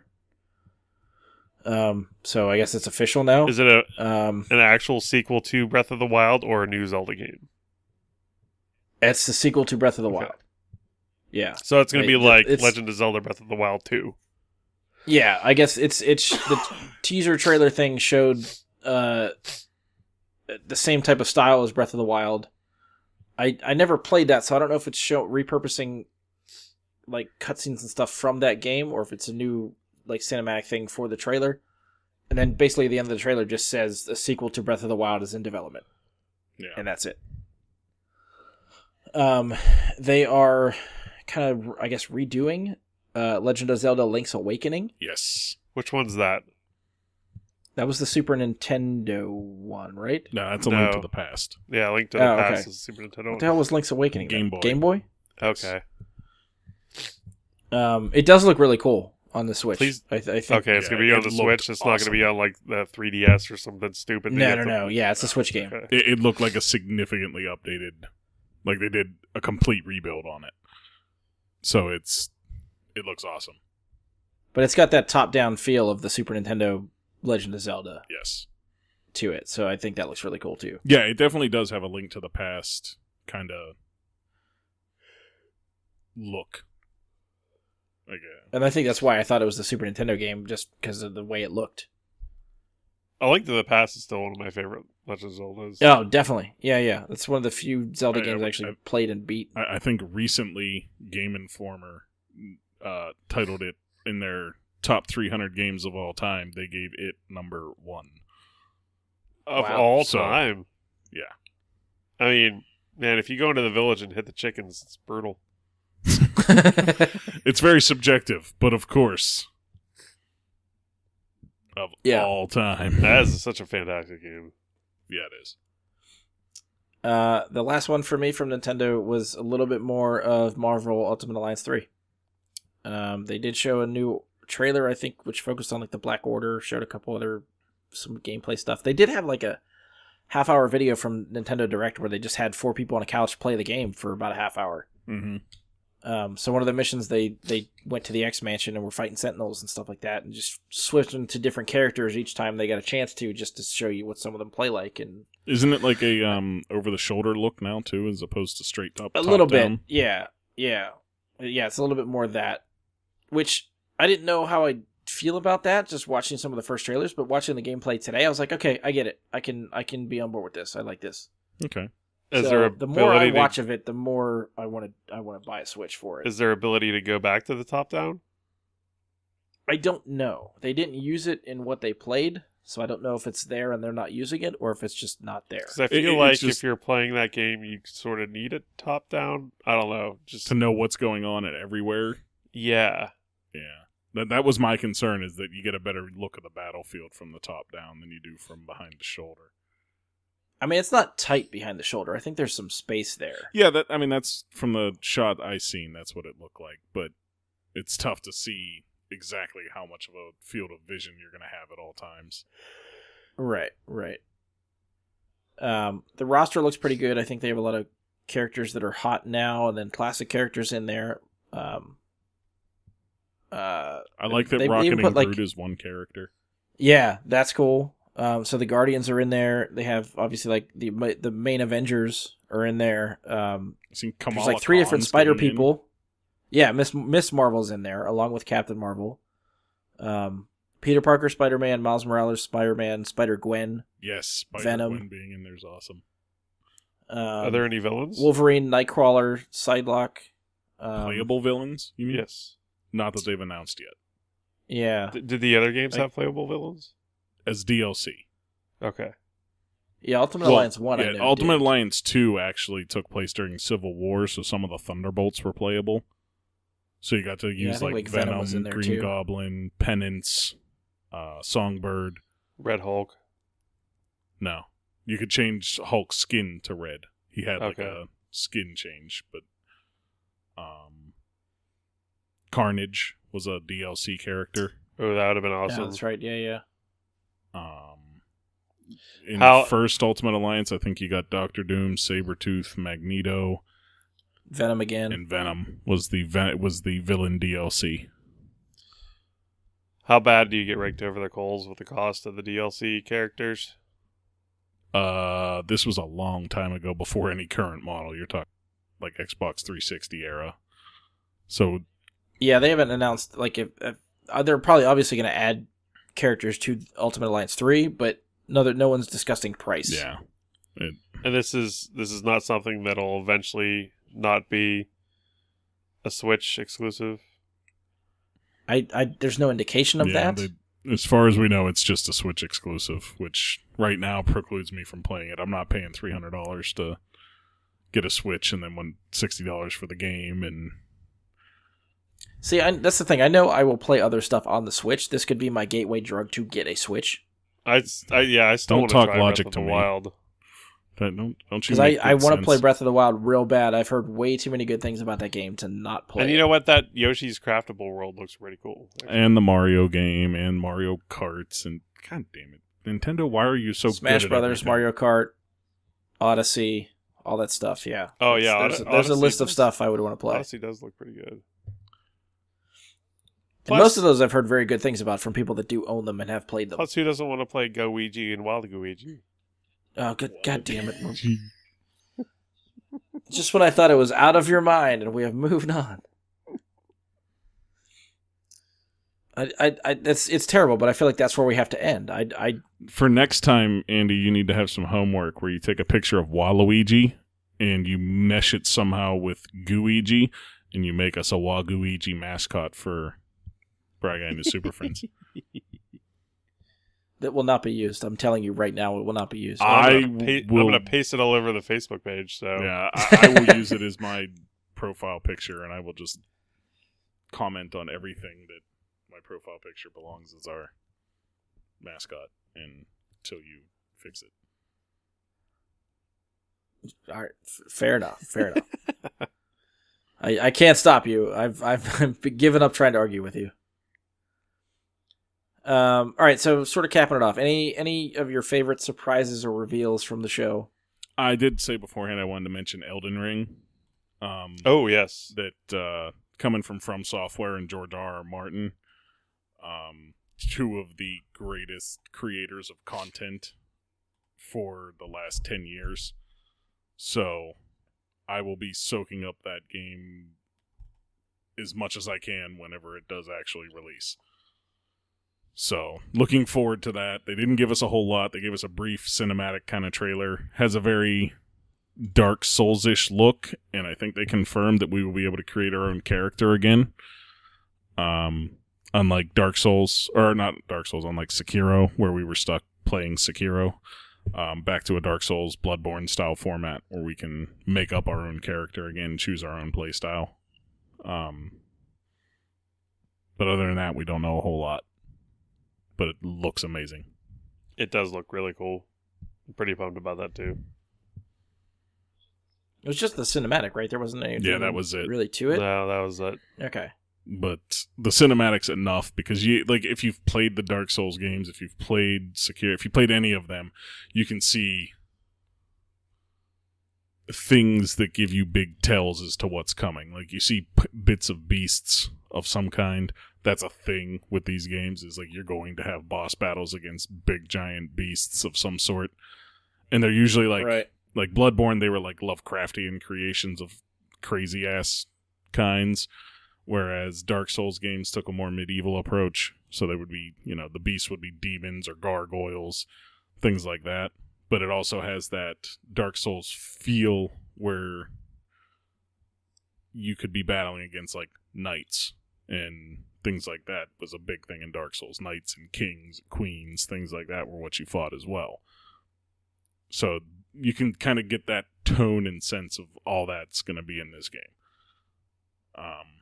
So, gotcha. Yeah, can't wait for that. I don't know. Favorite surprise for me, I think, was the Keanu thing. I think that's for sure. Keanu coming out and being part of that game. I think was completely unexpected and caught me off guard. Did you go? Couldn't help but smile. Whoa. I should have. I was too busy. Like, what the fuck is he doing here? Kind of thing. Anything you're most looking forward to? I don't know if that classifies the same thing as sort of your surprise, but anything in the list of stuff that's coming that you're most anticipating? It's probably a toss-up between Fallen Order and probably Cyberpunk for me. Shadowkeep and Elden Ring and Cyberpunk. God damn, just a lot of good shit coming. But Elden Ring would probably top my list. Oh, there was a game that we forgot to say. I think it's a PC exclusive, or at least the other games were. But their Baldur's Gate 3 is coming out as well. Oh yeah, that fell through my radar. I didn't see anything about that. But I guess you're going to be fighting the Illithids, the sort of like tentacly squid-looking humanoids. All right. Yeah, I only played a little bit of Baldur's Gate 1, but they were pretty good games, and it's been a long time since there was a Baldur's Gate game, so. Yeah. All right, last question. We got Microsoft's announcement of their next console, or at least a little bit of details. We know Sony is working on another console. When do we think we'll hear anything from Sony? Next month. I think you hit it with Gamescom. Yeah, I remember. I should have looked up the dates for Gamescom. I think it's a couple months away. Like, I'm thinking, I don't know if Sony's going to do their own event, just like a sort of like a Nintendo Direct thing, or if they're going to use another show to try to announce this stuff.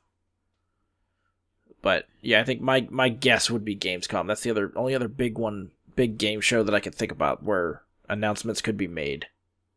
Yeah, I mean, other than just making their own random YouTube announcement, like you're saying, like putting something together on their own time, I would say definitely Gamescom. Right. Or next year. I don't know. Maybe further down the road. All right. I guess that's it. Any final things to add? I think we've talked long enough. Trying to just get it all out of our system after we haven't done this for a while. I think we can all agree that we can just call this PlayStation product PlayStation 5. Yeah, I think that's a safe bet. Yeah.